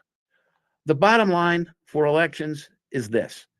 By the time the midterms come around, the economy will be recovering. It'll be recovering nicely, and we will win unless we screw it up. However, it's going to work. The economy will be there. Trump is doing a tremendous job. And don't forget those immortal words. It's the economy, stupid, and we're going to win it. Thank you. Now we're going to have somebody from Pima County on, because we always talk about Maricopa County. We haven't talked about Pima, so we're going to bring on Tim Lau, who's a retired database person and a veteran who took the oath to defend the Constitution, and that's what he's going to do. Come on down, Tim. Glad to have you. That's right, Steve. Thank you for this opportunity to be here. Yeah, we have a lot of problems down here in Pima, and I'm frankly a little sick and tired of hearing about Maricopa County. They got all the money, the attorneys. Nobody ever hears about Pima County, and we did analysis of chain of custody documents and data for the 22 election cycle. Last year, during the primary, we presented a lot of that evidence to the Board of Supervisors here, and strangely enough, the county recorder must have been listening, because they changed their chain of custody documents. And interestingly enough, they actually gave us more information and more ammo. So for example, we had for the general election in the 24 cycle, we had 44 site issued ballot boxes that were held overnight. We had 22 mail drop boxes that were held overnight. We had one courier I call Speedy. He picked up 5 boxes from the downtown recorder's office with time starting from 9:24 in the morning to 9:54 in the morning. And then he went out to the east side location recorder's office and picked up 4 more ballot boxes starting at 10:01, which means he went about, I would say 15 miles at 10 o'clock in the morning in 4 minutes. Now, that's only part of the problem. There were 9 boxes total. 3 of them had exactly 150 ballots. 3 boxes had exactly 200 ballots, and 1 box had exactly 300 ballots. But, you know, this is Pima County. There's nothing to see here. This is a communist stronghold down here. The mayor of Tucson is part of the Communist Party USA. Raul Grijalva, who just passed away, member of the Communist Party USA. His daughter, who just resigned from the Board of Supervisors to run for his seat, is a member of the Communist Party USA. Kirsten Sinema as well. So we just have these kinds of problems. So the county recorder, we have 15 counties in Arizona. Pima is the only one that will not allow political observers at early vote locations. I wonder why that is. As far as UOCAVA goes, there's no sanctity in that. There's, you know, when people are allowed to email their ballots in, anyone can that receives these can see who it is. So you've got a ballot there. We talked with one individual who actually did the transcribing of these so that they could be tabulated. He said the majority of those ballots came in as Democrat, voting for Democrat, which doesn't seem right. And and also with UOCAVA, the county recorder stated that 2,741 UOCAVA ballots were mailed out, but for some strange reason, we received 4,682 ballots. And 1,728 of those were received after the election day. My understanding is they weren't supposed to be counted. And our voter rolls, we have a real problem with that. And this is what I think a lot of people don't understand. I don't know how it is in other states, but 13 of the 15 counties use the Secretary of State's database for the purpose of elections. 2 counties, Maricopa and Pima, have proprietary databases. I have a copy of the Secretary of State's database. It's a little old, but I went back to the data during that time. There are records on the Secretary of State's database that aren't on Pima. There are records on Pima that aren't on the Secretary of State's database. So when it comes to cleaning the voter rolls, it's actually an impossibility in Arizona from my point of view. Voter rolls, we've got over 150,000 people on the voter rolls that have absolutely no vote history whatsoever. And this is just it's just a real problem. In response to, let's see, Steve Schultz, he had talked about the Arizona legislature is yes, both Senate and the House are Republican. Any election integrity bill that is pushed through that's going to be good for the state of Arizona is going to get vetoed by her. She's already vetoed a ton of them. And that's only part of the problem. A good majority of the legislators up there are rhinos. We've got this big uniparty here in Arizona, and as well as other states. So, you know, that's just the problem. And I apologize, I'm not in uniform today. I don't have a flag shirt. But the point is, with regard to Pima County itself, it wasn't just Republicans that were disenfranchised in the 24 election cycle, and I dare say previous election cycles to that. We have people, Democrats, that were disenfranchised as well. So this isn't a Republican issue here. It's a Pima County issue that covers both parties. And as far as the county recorder, again, they have their tentacles everywhere. Fraternities, sororities, rehab locations, shelters. My wife and I bought a car last year. We were in the finance office. This is Precision Toyota. I'll go ahead and call them out. During that process, we were asked, are you registered to vote? And I said, well, that's none of your business, but no, yes, we are registered to vote. Why? And he said, well, because I can register you here to vote. Go to DMV and then passed up through, all the way up to Maricopa and then back down to Pima through one of their feeds? Or is it a straight API into our local Oracle database here? I really don't know. The point is they should not be doing that sort of thing. It's not their job to do that. And that's pretty much everything that I have. If anybody has any questions, feel free to ask. I'm sorry, I do have the biggest thing. We published a 54-page doom and gloom report, as I call it. We went around to, my partner and I went around to all of the legislative district meetings, and we did our dog and pony show, and we were asking signatures for support. So what we did was we made 3 copies of that report. We took the original signatures, made 2 more copies of it. We sent a copy to President Trump, a copy to Pam Bondi, and a copy to Kash Patel. We need help in Pima County. We never get any help. This is low-hanging fruit here. What the things that we found, they're so easy to go after, and I just don't understand why we never ever get any help. So we thought, since President Trump has said we catch you cheating, we're going to come after you. I hope we can hold him to his word. But if anybody has any suggestions, we have no money down here. We have no attorneys willing to prosecute this. We need to go after our county recorder. She's just she's bad news. Thank you. Tim. I have a comment. Since my name was mentioned, it's actually Dan Schultz, not Steve Schultz. I'm sorry. That's Dan okay. Schultz. That's okay. I have a cousin named Steve Schultz. With respect to the federal elections, read Article 1, Section 4, Clause 1 of the Constitution. With respect to the federal elections for the House and the Senate, the state legislators do not need a governor's signature. They have plenary power over the conduct, the times, the places, and manner of the federal elections. Parallel to the state elections, they could get rid of the machines if they wanted to. Why don't they do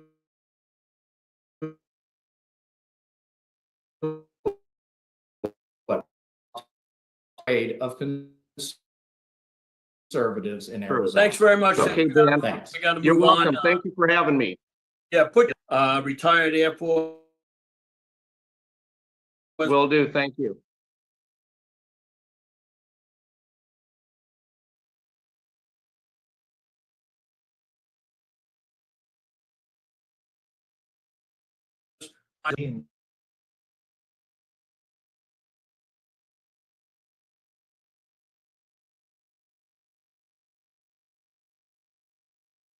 Everybody heard. And we also heard solutions for this, as much as we want it to be in Congress, as much as we want it to be through an executive order, are going to come down to our actions, our organization at the state level.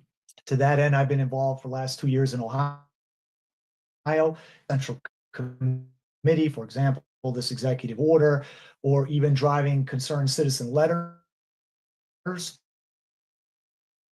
to the Secretary of State to have to answer, Dan pointed out.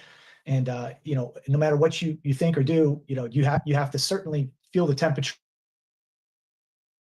of the legislature. Most of these folks are going to use the Overton window, which is they're going to try to assess whether it's politically tenable for them to do it. Until we get a Secretary of State in 2026 that is thinking like this, that is thinking mission purpose and not personality or ambition, this is going to continue to happen in our state, any other state.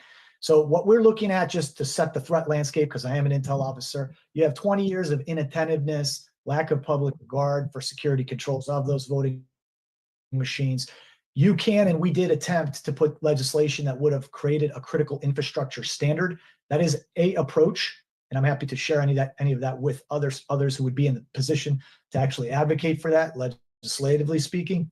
And that kind of puts the legislators in a bind, because if they truly don't support critical infrastructure, then what does that have to say ultimately with regards to their focus and purpose? I think in the states for voter ID verification, in Ohio, we exempted mail-in ballots from being copies, of course, the executive order, and we're driving hard to close that loophole whereby 1 million Ohio voters are voting without a copy of photo ID. So I think we're making progress on that front. We'll see some legislation. From a legislative perspective, is the voter registration laws, the weak eligibility review standards. Fortunately, we just got hearing agreements that are going to be coming.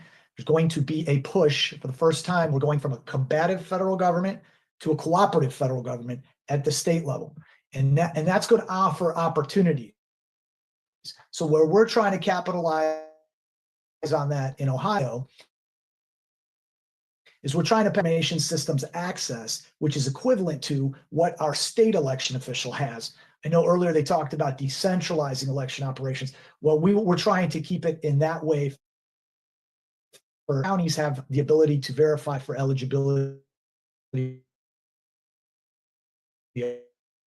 I think if we could get that access going, they would be benefactors to it. Another thing we're going to be pushing out in Ohio pretty soon, and other states just did this in Wyoming, citizenship. Again, this is all going to be comments. Now you need to codify it into law. So it's like a multi-layer approach. So that particular aspect is going to give us the opportunity to assess, ideally, every single voter record that got on in the first place. I think you all were aware, many of you who follow this topic, this week DOJ indicated the method by which many of our states, because of laws put forward in 1993, can register with the last ordinance if asylum seekers were given permits, and then using those permitted Social Security issued numbers have applied to vote. And so the Social Security Administration, the commissioner there, are doing those checks, and we show about a 19%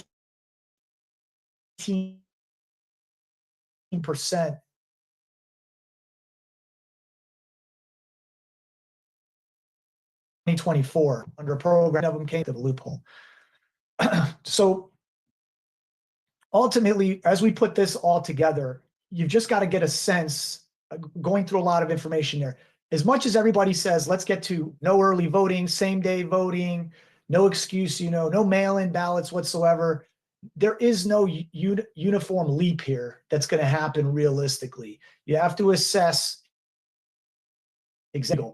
My state is a no excuse absentee ballot. The Republicans did that. They put a no excuse absentee ballot.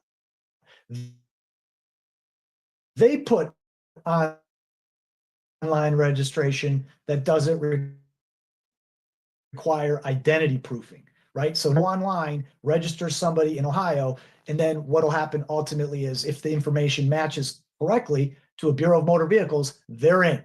And then we have third-party voter registration groups. Don't lose the dime on go out and canvass again in the effort to try to prove to somebody that they are so out of this over the course of time.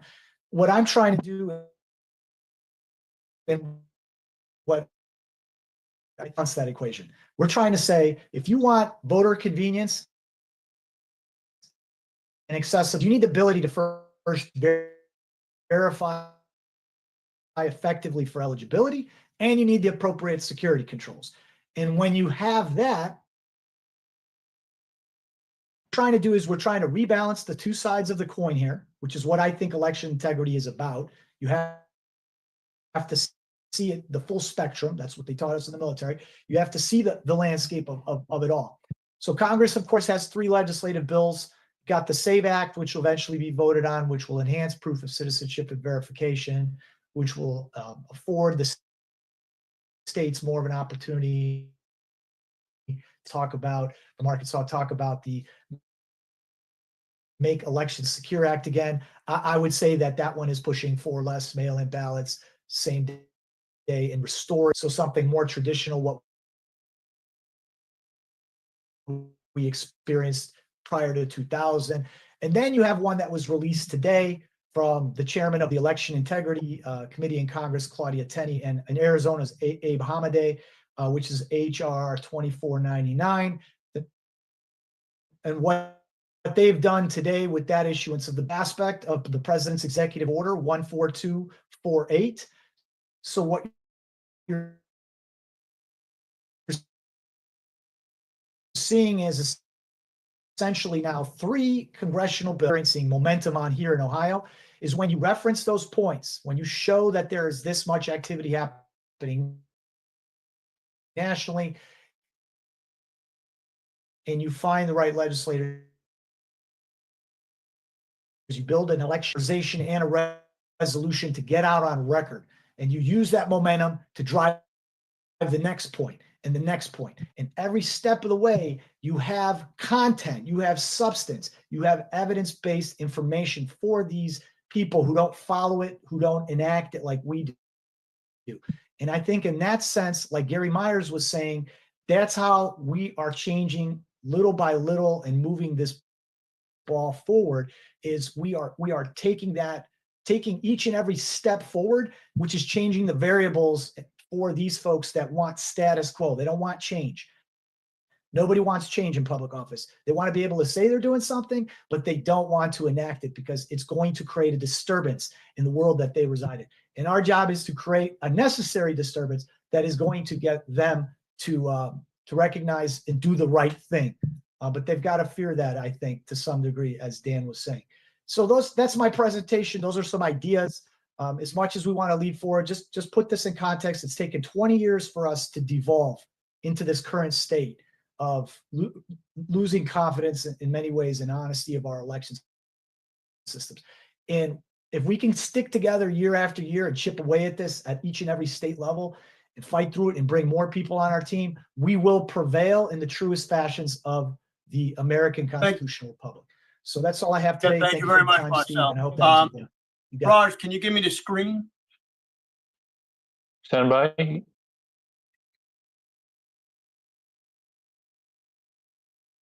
Okay, great, Steve, you're on. All right, so before we go on, I want to let everybody know that I will take all suggestions. Raj and I always grab suggestions.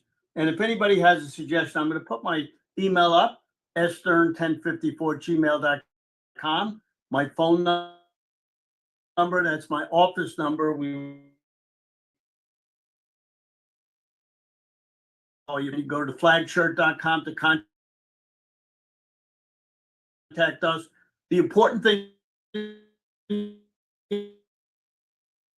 you'd like to all suggestions, please take the time to email me. We spend a lot of time doing this. Raj and I work together closely. We work together with everybody who's on this call. It takes a lot of effort to get the people on in time, to keep going on in time. So the next person we have is going to be Dale Richardson. Dale's a good friend of mine. He's in Canada. And, we know we got all these tariffs going back and forth, and everybody's saying, the Canadians don't like us. We don't like the Canadians. We love the Canadians. Dale Richardson, his daughter lives in, I think, Arizona now. Dale, you'll have to let me know. Dale, come on down. We appreciate you coming all the way in from Canada. Thank you, Steve, for having me. She's just outside of DC right now, doing some work over there. Raj, are you able to pull up the slides, or do you need me to? Yes, I can do that. Stand by. Okay. I should have had that ready to go. Give me just 30 seconds if you want to keep talking. Yeah. I'll have that video in 30 seconds. Yeah. So this is going to kind of show how why Biden partnered with Fauci and how COVID was tied to this. And it starts in Canada because the guy we're going to see, his name is Maxime Bernier. They used election fraud to deprive him of the election because he's got policies similar to Trump, and they needed to forward what I'm going to show you now, which impacted the 2020 election. You able to have that up now or not yet? Yes. So this is a Caris report video that we're going to play. Stand by. Was not the candidate. Stand by. Share screen. Share screen. Share audio. Great, Dale. Just confirm this is the video you want me to play? Yes, this is the first one. Yes, this is the Was not the candidate of the establishment. So what they did the night of the election, and you can see the video about that, they said, we have a winner. The winner is Andrew Scheer, 51%, Bernier, 49%, and we destroyed the ballots. So just, a couple of hours after the vote, they destroyed the ballot. And the day after, in the Global Mail, the big newspaper in Canada, they were saying that at that time we were about 240,000 members. And the Global Mail was saying, they had 250,000 votes. So, and they said that, 250,000 people voted, but we had 240,000 members. So they had to create 10,000 votes to be sure that, I won't win. And they did it. They cheated. All right. So now when we get to the I guess we'll go to the first slide there, because it shows how Peter Daszak and the EcoHealth Alliance was getting money from the NIH and also from the USAID. And so they were funding this to go ahead and put together the pathogen in Wuhan. Do you have the slides up, or do you want do you have them up? So here's what I've got so far. I have the video that I played, and I've got this. I don't have slides unless I'm making a mistake here. Okay, here, I'll get the PowerPoint up here. Just give me a second. Okay, great. I can do that. Just let me share a screen here. 1 second. Okay.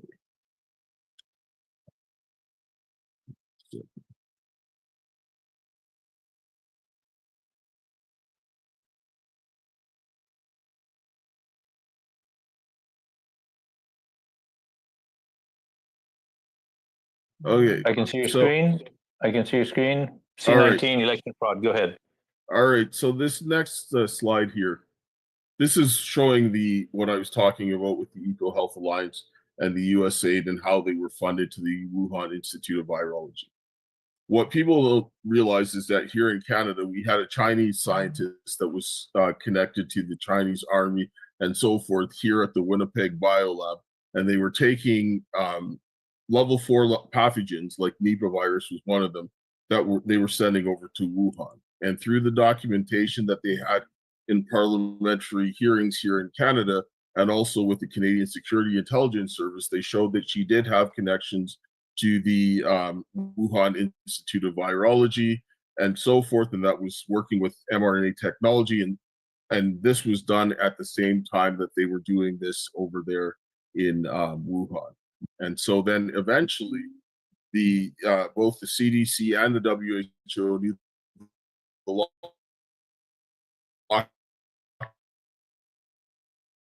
lockdowns and all knew that they had to do this in order to go ahead and do what they did in 2020. And now I have a book here called COVID-19 and Negligent Engineering Practices Will this kill people? This explains how they accomplished this, how they effectively spread the pathogens in order to do what they did. And so this was a lot of crime. Here I have on this next slide, this demonstrates the hierarchy controls that tells you engineering is the first step when you're coming towards getting rid of a pathogen. But they effectively did this wrong, and the CDC was responsible for this, which allowed them to go down to do all these other changes. So you have the crimes there that are outlined. This should have been shut down in 2020 when I brought this forward in Canada. And the doctor here, Dr. John Conley, he was also on the steering committee in the WHO to make sure that they suppressed the aerosol spread so that they could continue the agenda. So now we go over here, you have the and occurring, and the paper that I have over there, it demonstrates that the Nipah virus sequencing that came from the Winnipeg biolab that was taken by that Chinese doctor was put together in Wuhan with Peter Daszak and Eco Health Alliance. This is why Dr. Fauci was pardoned, because he had knowledge that the Canadians were taking a level 4 pathogen to a level 2 lab, knowing fully well that it would escape in order to do what they did to take out Trump, right? And so Canada also identified that there was a biological threat and that China had a strong possibility of using pathogens to push their geopolitical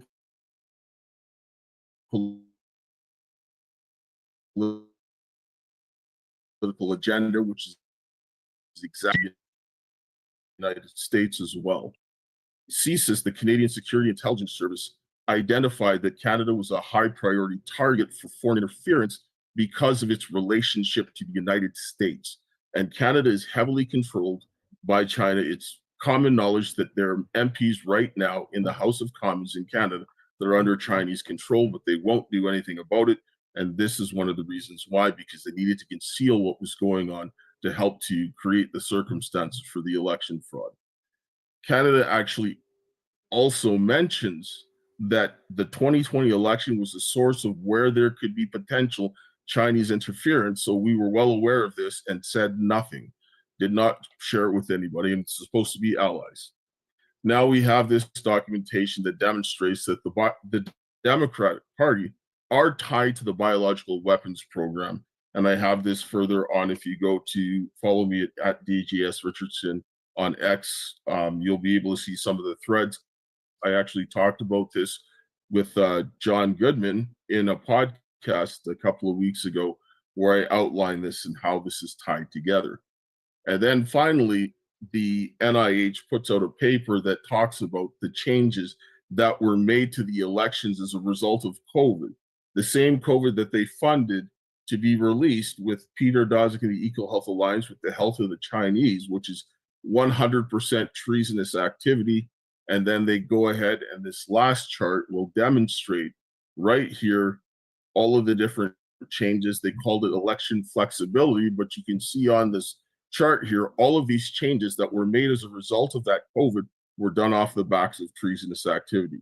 This is something that needs to be brought forward, because they have used this pathogen expressly to interfere with the 2020 election. And everything that is tied to this is now tied to what they did here, because that created the circumstances for a massive election fraud in the United States, and also subsequent frauds here in Canada, because they have to maintain a China-controlled government to suppress this so that they can continue with this agenda in both of our countries. Dale, we got to cut you off. Unfortunately, we got somebody that's got to come on and got to leave.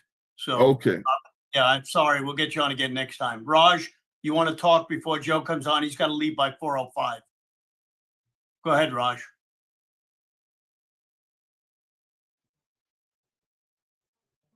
He's done.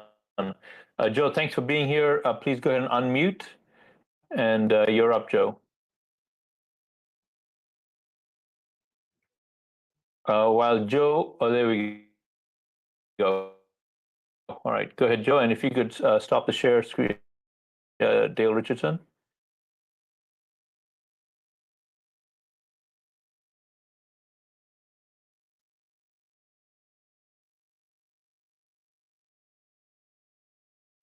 Yeah, Raj and Steve asked me to jump on and offer some up-to-date comments on Tina Peters. I'm not sure if you're aware of it or if it's already been mentioned, but Tina was moved today from a jail to prison in Colorado. And as we all sit back and watch this massive abuse of what's going on in this country, it's almost a bit shocking. I did talk to somebody today too that said that some of the individuals that have been in jail with her are now at the same prison, and there's concerns that they may indeed perhaps even cause her some physical harm. So that's where Tina is moving, unfortunately, and all for, as many of you know, for really having the courage to stand up and say, hey, something's going on here with our elections. And numerous people, many people on this call have been impacted as well for standing up for the truth and saying, hey, something's not right here. And so this seems to be what's happened with the Biden Obama regime. Their tactic, as well as tactics for most communists, is first steal the election, steal the next one, people stop voting, and then show no mercy and absolutely take over a country. Absolutely, we're in those stages right now. President Trump has given us a reprieve, and we've got a few really limited months to get this fixed because the clock is ticking. I think with this week with Wisconsin, we saw how fragile the system is, especially with the election results there. So one other piece that and Joe, just while we're on on Tina Peters, so we know that there's a little bit of confusion with people. Some people say this is going to be Trump's project to resolve. Other people saying no, Trump, this has got Tina Peters' case is completely out of the jurisdiction of President Trump. When we chatted earlier today, we did speculate on two people where that massive political pressure needs to be brought down on if that we should put absolute pressure on. One's the governor, as a matter of fact, I think all three are maybe involved in Tina as a president. Today, Raj, I got a word from actually Matt shared me this, that the Attorney General of Colorado has signed on and actually filed a piece of, I don't know what you actually call it, a filing with Tina's case, where President Trump and his team announced a couple of weeks ago that they were going to look into this whole situation with Tina Peters and her arrest and her imprisonment, saying that it appears to be way overstated. Well, the Attorney General sided with those that are arguing that President Trump had, basically, he's saying that President Trump has no standing. So that just came out today. We'll have to get that up and share that with you. So that's going on. That's the people we're dealing with. We've got to put pressure on the governor and Attorney General to get her out of there. And I do think the pressure works. As far as your first question, what can President Trump do? Well, one thing is this was a state court and a state crimes that they filed against Tina. So that prevents President Trump from offering a straight up pardon like he could if it was in a federal court. So that puts President Trump's team in a bit of a ringer. But Tina Peters came on my show about a month or two ago now, and she said, hey, we believe that the supremacy clause in the Constitution, the U.S. Constitution, is on our side, that Tina was not just doing the work of the state when she was arrested, but she was also doing work on behalf of the federal government. It was a federal election, and that she was attempting to maintain records from that 2020 election, which was her job. Which there's, it's not just state law, but there's federal laws that mandate that she do so. So the argument was the supremacy clause states that the federal government supersedes, trumps literally over the state government. And in situations like this, the supremacy clause would come into play and would then provide for Tina relief to this whole situation because she was doing her job. I've talked to a top attorney at the time when this, after she shared it with Steve Bannon and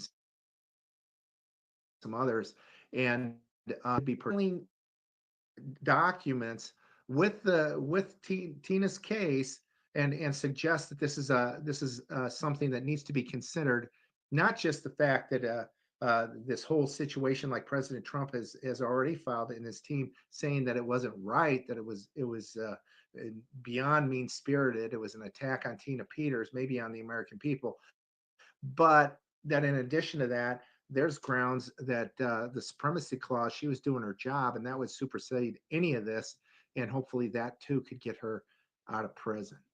Joe, next time we come on, which will be around the 24th, if she's not getting out of prison, or if they're not doing anything on appeal, we should go on a national level of having every podcast that it's on here, every show that you're on, every show that everybody's on, calling the governor and the secretary of state and whoever else we got to call, flood them with millions of calls. That's going to make a difference. So let's wait a couple of weeks. And one thing, the next time you come on, explain to everybody, because I know you don't have time, why she got put in jail for this ridiculous event. So thank you very much. I know you got to go for another call. Thank you, guys. Appreciate it. Thanks. And we're going to, Yeah, Raj, you got anything to say before we get Bill Spadea on his bill on? So a couple of things have been, a couple of very important things have been said on this call. Dan Schultz talked about the lack of organization, or said another way, the need for more organization that we need to be doing. And so the reason I brought that up is, as I mentioned on a previous call, we have launched the Trumpet Leadership Bootcamp, Trumpet Leadership Bootcamp, and you can see that over here. Trumpet Leadership Bootcamp. You can see the URL over there. We just launched that on Saturday. If that is of interest to you, please check it out. It is combining the best practices from Trump, Reagan, MLK, Wilberforce, Gandhi, other change makers, and the Bible to provide a biblical basis for being more effective in how we do what we do. So that's number one. Number two, and for this, let me go ahead and share my screen. Screen two, share. Again, want to remind folks to get their garments. So in addition to the guys, a lot of the guys that are speaking here are wearing the flag shirt garments, but there is a huge variety of women's garments, hats, just all kinds of great stuff. And if you want to make a difference for people in your community, just wear this when you go down the grocery store or wherever you are in life, and it just lifts people up. To the flagshirt.com.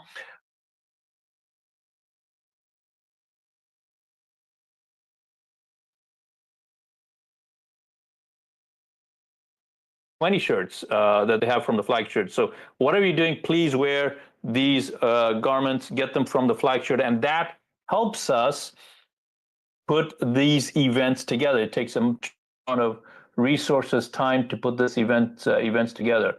So that's it. Now, continuing on, you heard Joe Hoff talk about the need to apply pressure. And so I want to just give you an example of what is going on in the state of Florida. So what is happening in the state of Florida is that legislation has taken on Trump's executive order to enhance election security. And in that effort, what they have done is they have put together HB 1381. So if you go to defendflorida.org, you can see the website behind me on the screen. And you can also see it on the screen here. This is HB 1381.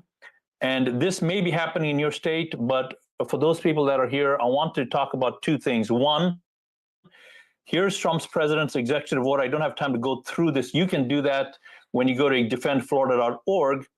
But you can see Trump's executive order. Here's the bill. The green stuff is stuff we like. The red is stuff we don't like. And so we're doing an analysis on that. And now do about it, because on time to time again, we keep hearing we need to apply more pressure. We need to. Joe Hoff and I talked about the governor. Do that. How do you do that? Well, certainly I definitely don't have the master class on that, but there are some things that I can show you that are working.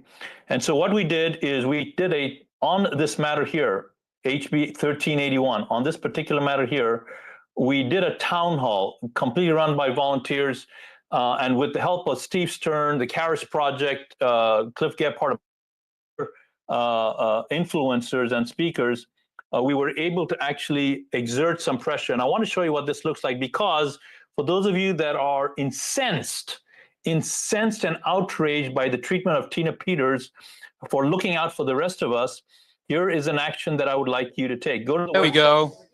Let me mute this over here. This is an event that normally takes about 5 weeks to put together, but the volunteers in Pinellas County, which is the county that is the jurisdiction of one of the decision makers on this particular matter, a town hall was put together in about 4 days.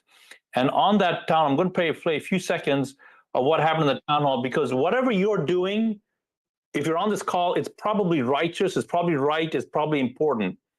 Whether or not you can pressure the 1 or 2 individuals that will get the ball rolling is a thing that you have to ask yourself. And so here is one way we did it in Pinellas County here in Florida on that bill, HB 1381, because bad parts are in that bill.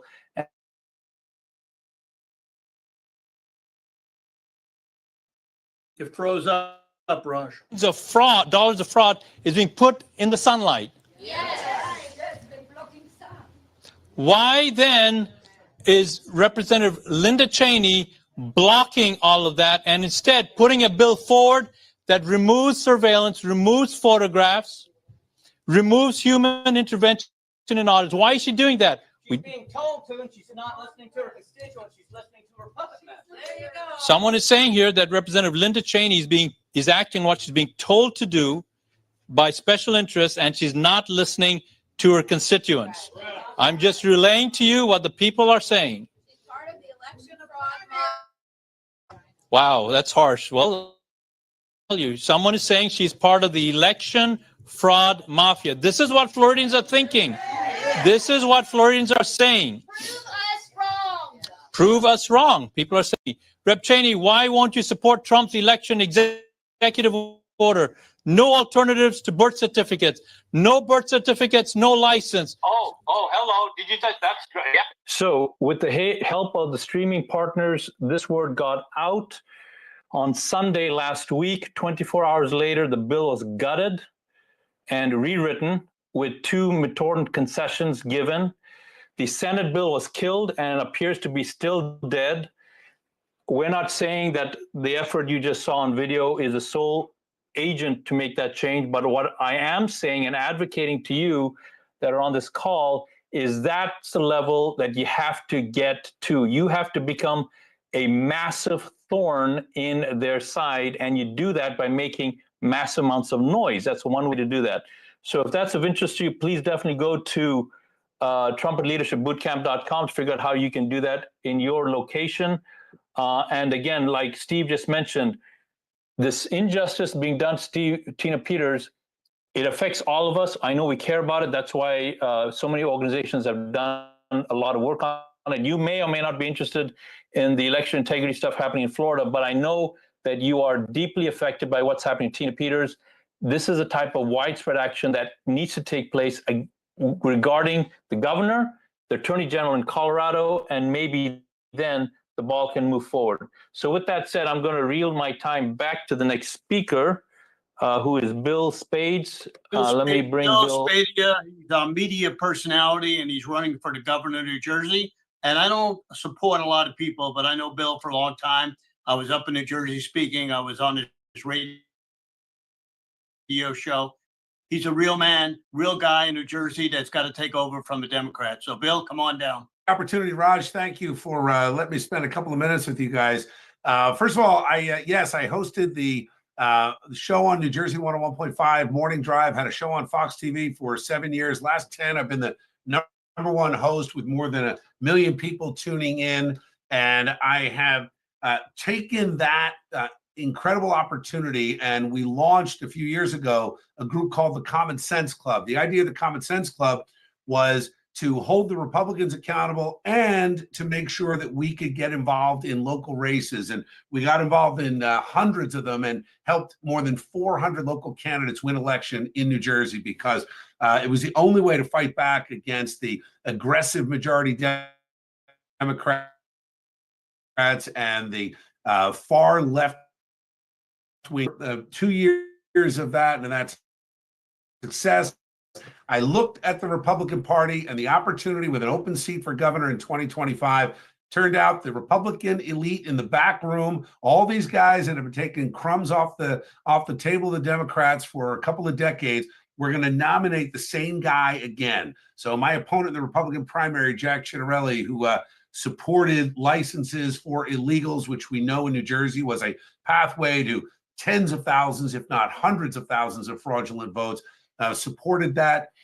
And I decided that I would see if I could leverage what I've done on the radio into elected office. So I announced in June, New Jersey is a unique state, everybody. In New Jersey, every dollar you raise is matched by state government and taxpayers with $2. Now, not something that I recommend as a taxpayer, but as a candidate for governor, until I get a chance to change the rules, we're going to live by the rules.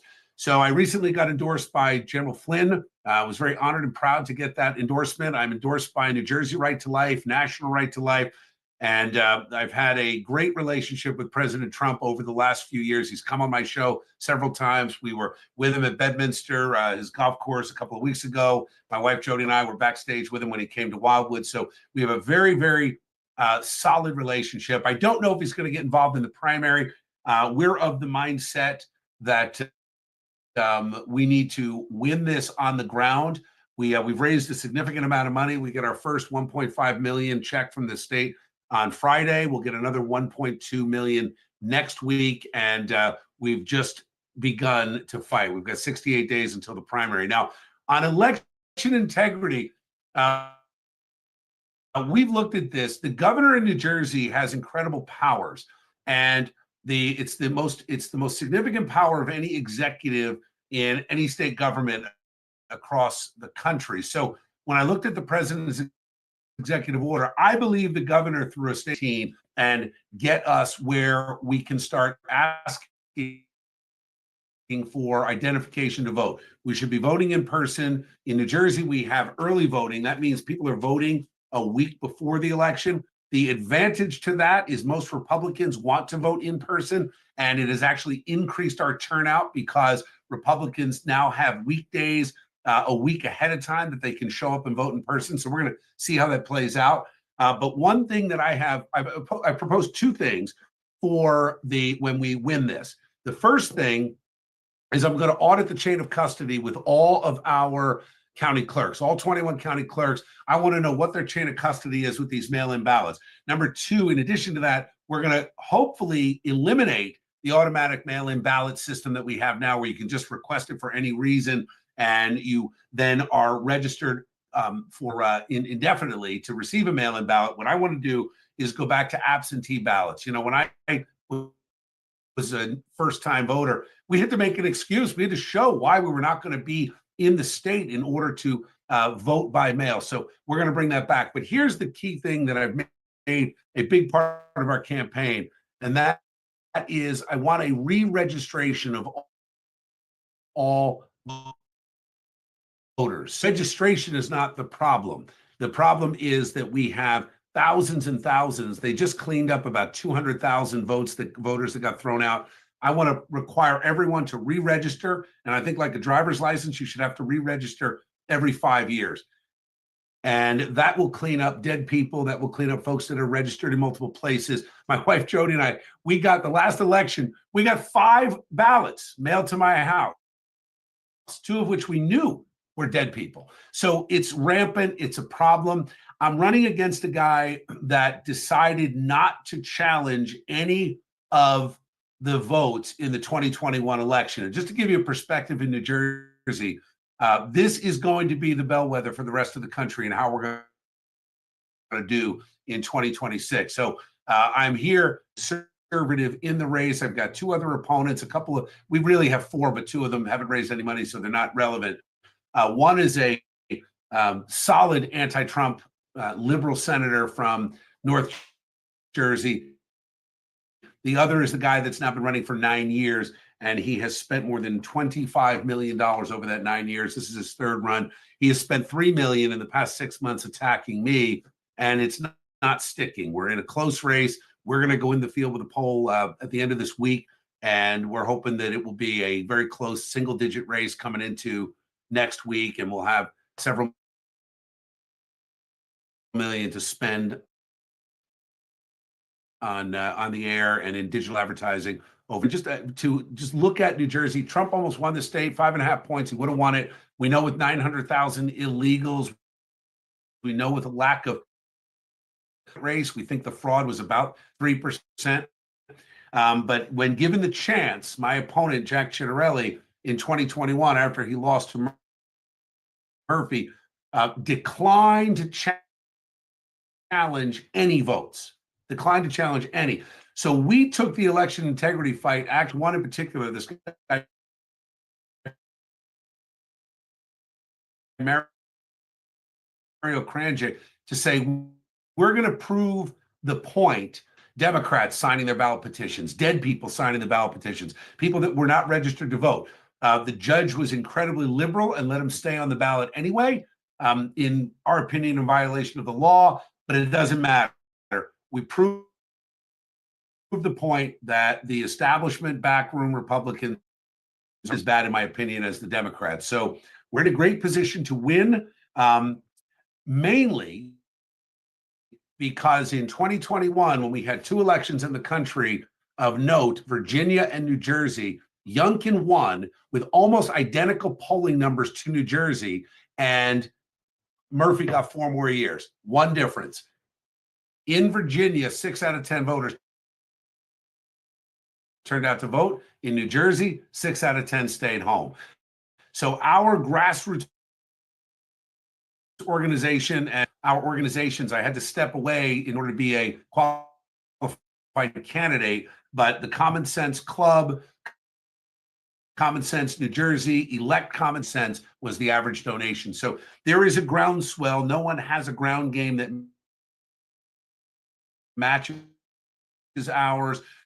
We are ahead right now in every county, in some cases by double digits. And what we're going to do is take this all the way to the finish line in the next 68 days, focusing on Morris County, Bergen County, et cetera. But I wanted to prove a point by challenging some of the petitions to show the voters, not only will I challenge to make sure every legal vote is cast, but we will sue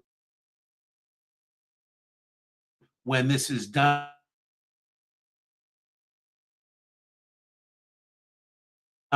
Regardless of the outcome.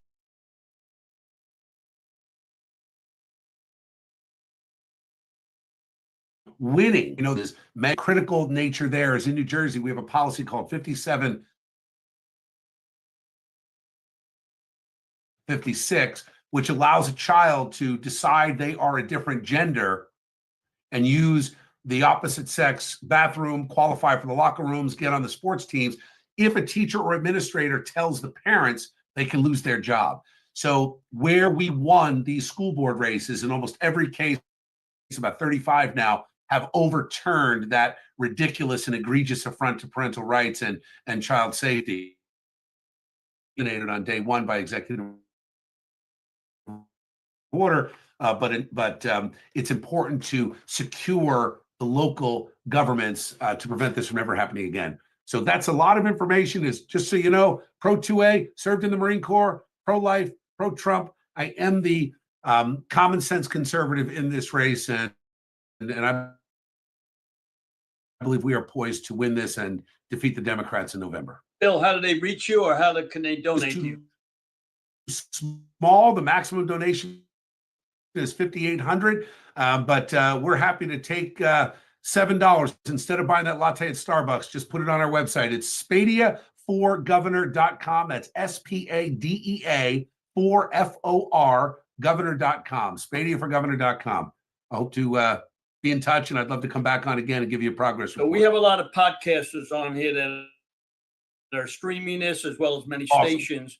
So if they want to reach you on a personal level, how can they get a hold of you? I'm going to give you my cell phone number. So if anybody wants to jot this down, it's best to reach me directly. And, you know, we've got a whole team so we don't fall too far behind.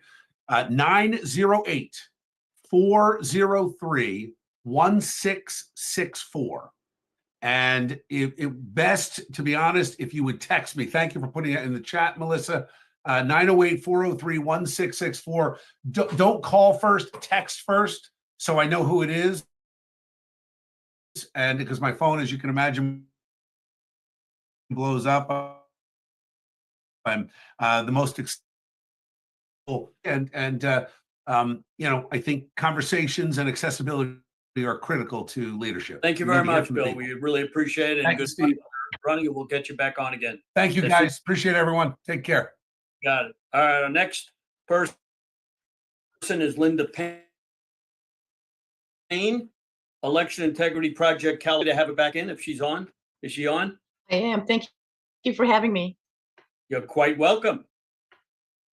Very good. Okay, I got 10 minutes. I'm gonna narrow in what I'm telling you today, and I'm really excited that you're all still here because this is a long endurance race. EIPCA we started in 2010, so we're just starting our 15th year.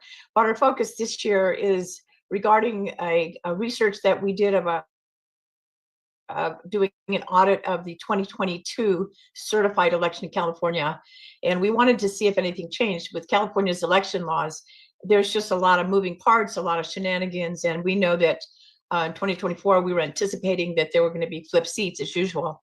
So we were able to order the exact snapshot of the data that was sort of really quick. What we identified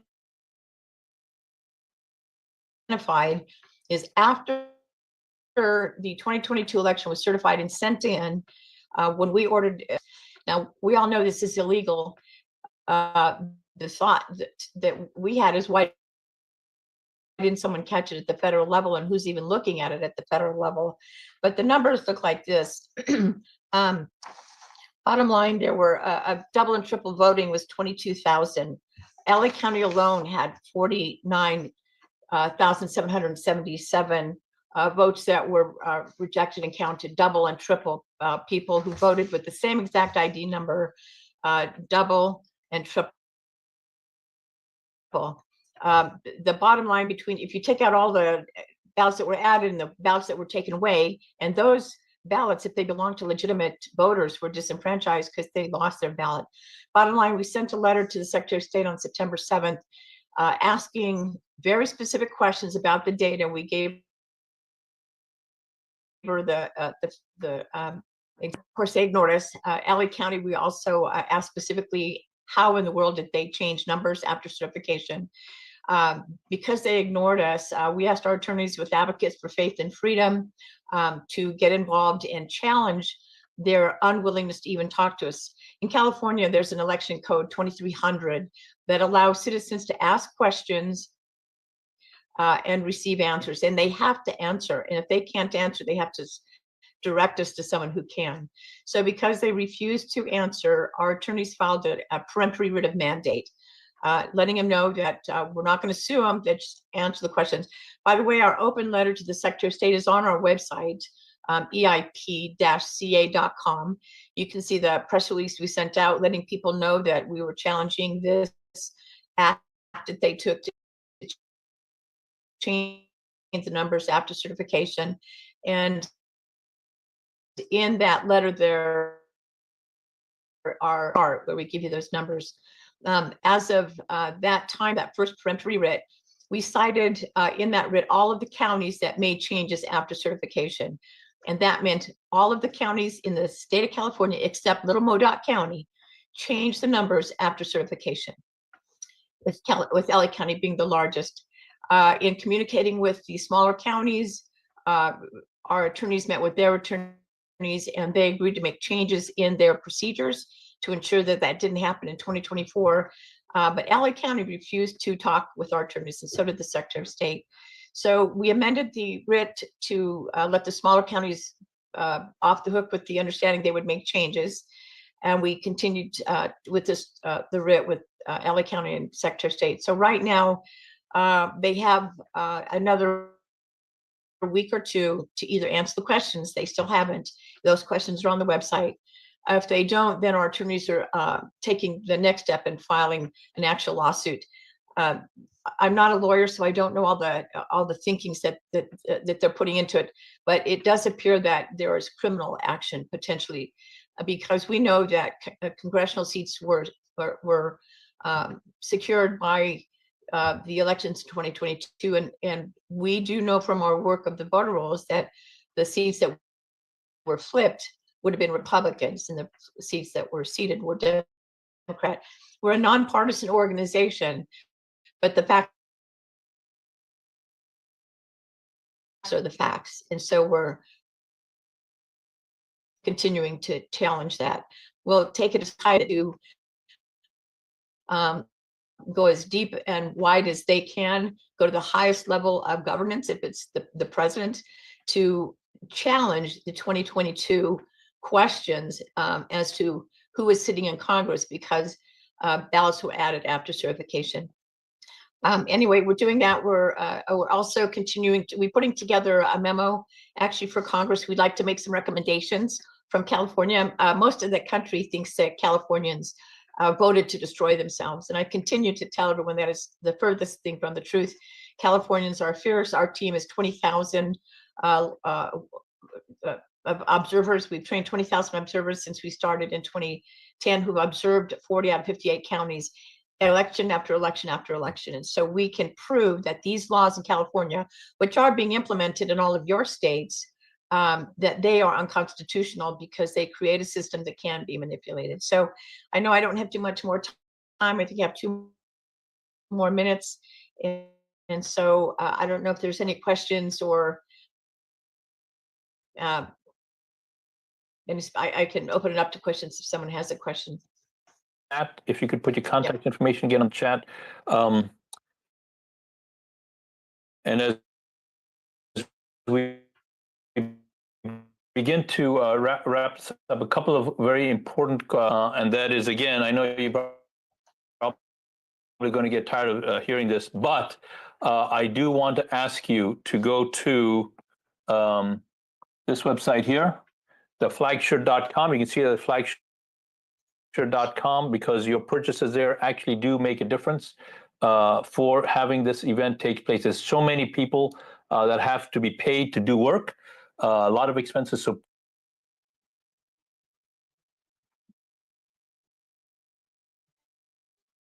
You're breaking up a little bit, Raj.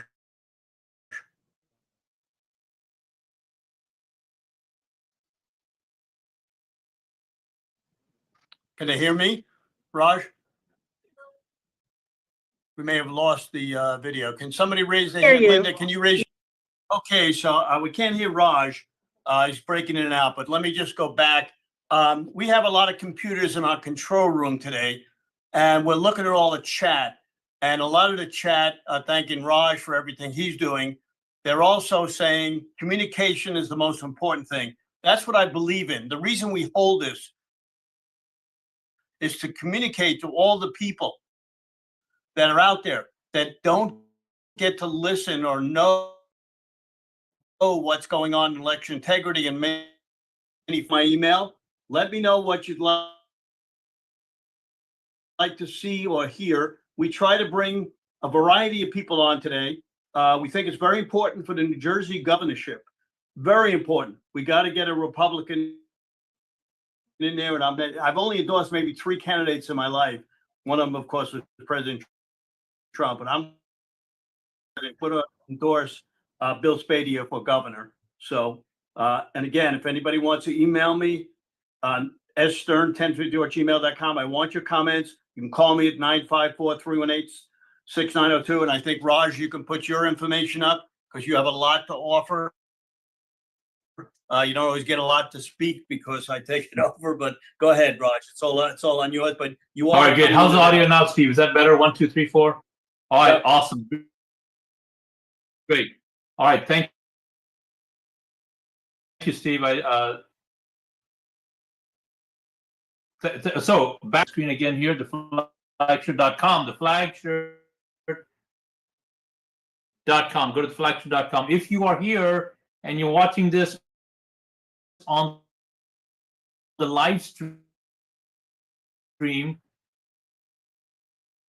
you probably are not getting our emails just to 9/17/76. A lot of people are asking about the leadership program that I mentioned earlier. That is on the screen here, right over here. And so if you would like to check out the leadership program, simply go to trumpetleadershipbootcamp.com. trumpetleadershipbootcamp.com. If you want to see the video of that town hall meeting that I mentioned earlier, we think it did help with the changes.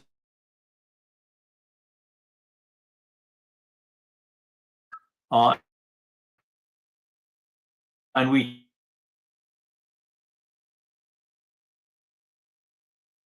spend florida.org. So with that said, I think that wraps us up, Steve, until the next. Our next one is going to be the 24th. I want everybody to go to Stern American and follow me, and also follow John Goodman on X. He really helps. He works very, very happy Easter and a happy Passover. Thank you all for all your contributions.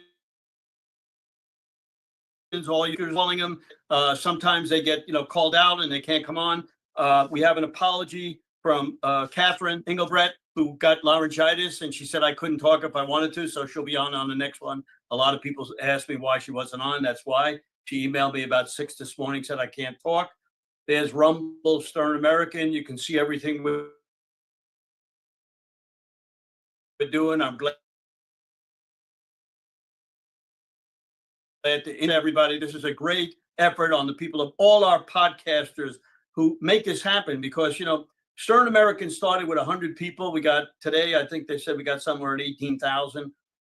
Sometimes we get 40,000. That's unbelievable when you think about it, when you start 100 and you reach. So the communication, the words getting out. The most important thing today is Tina Peters. We love her.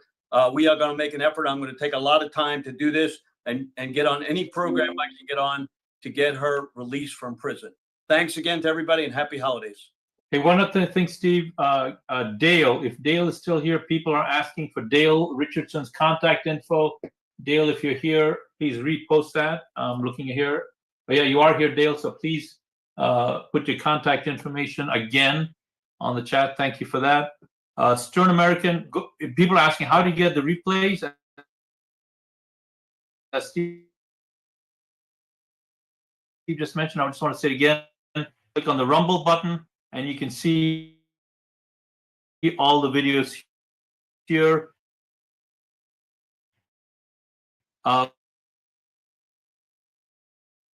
We had some for that, and you had clean audio there. See you at the next meeting. Stay active, stay strategic, and look for where you can go out of your comfort zone, because that's what's going to be needed to save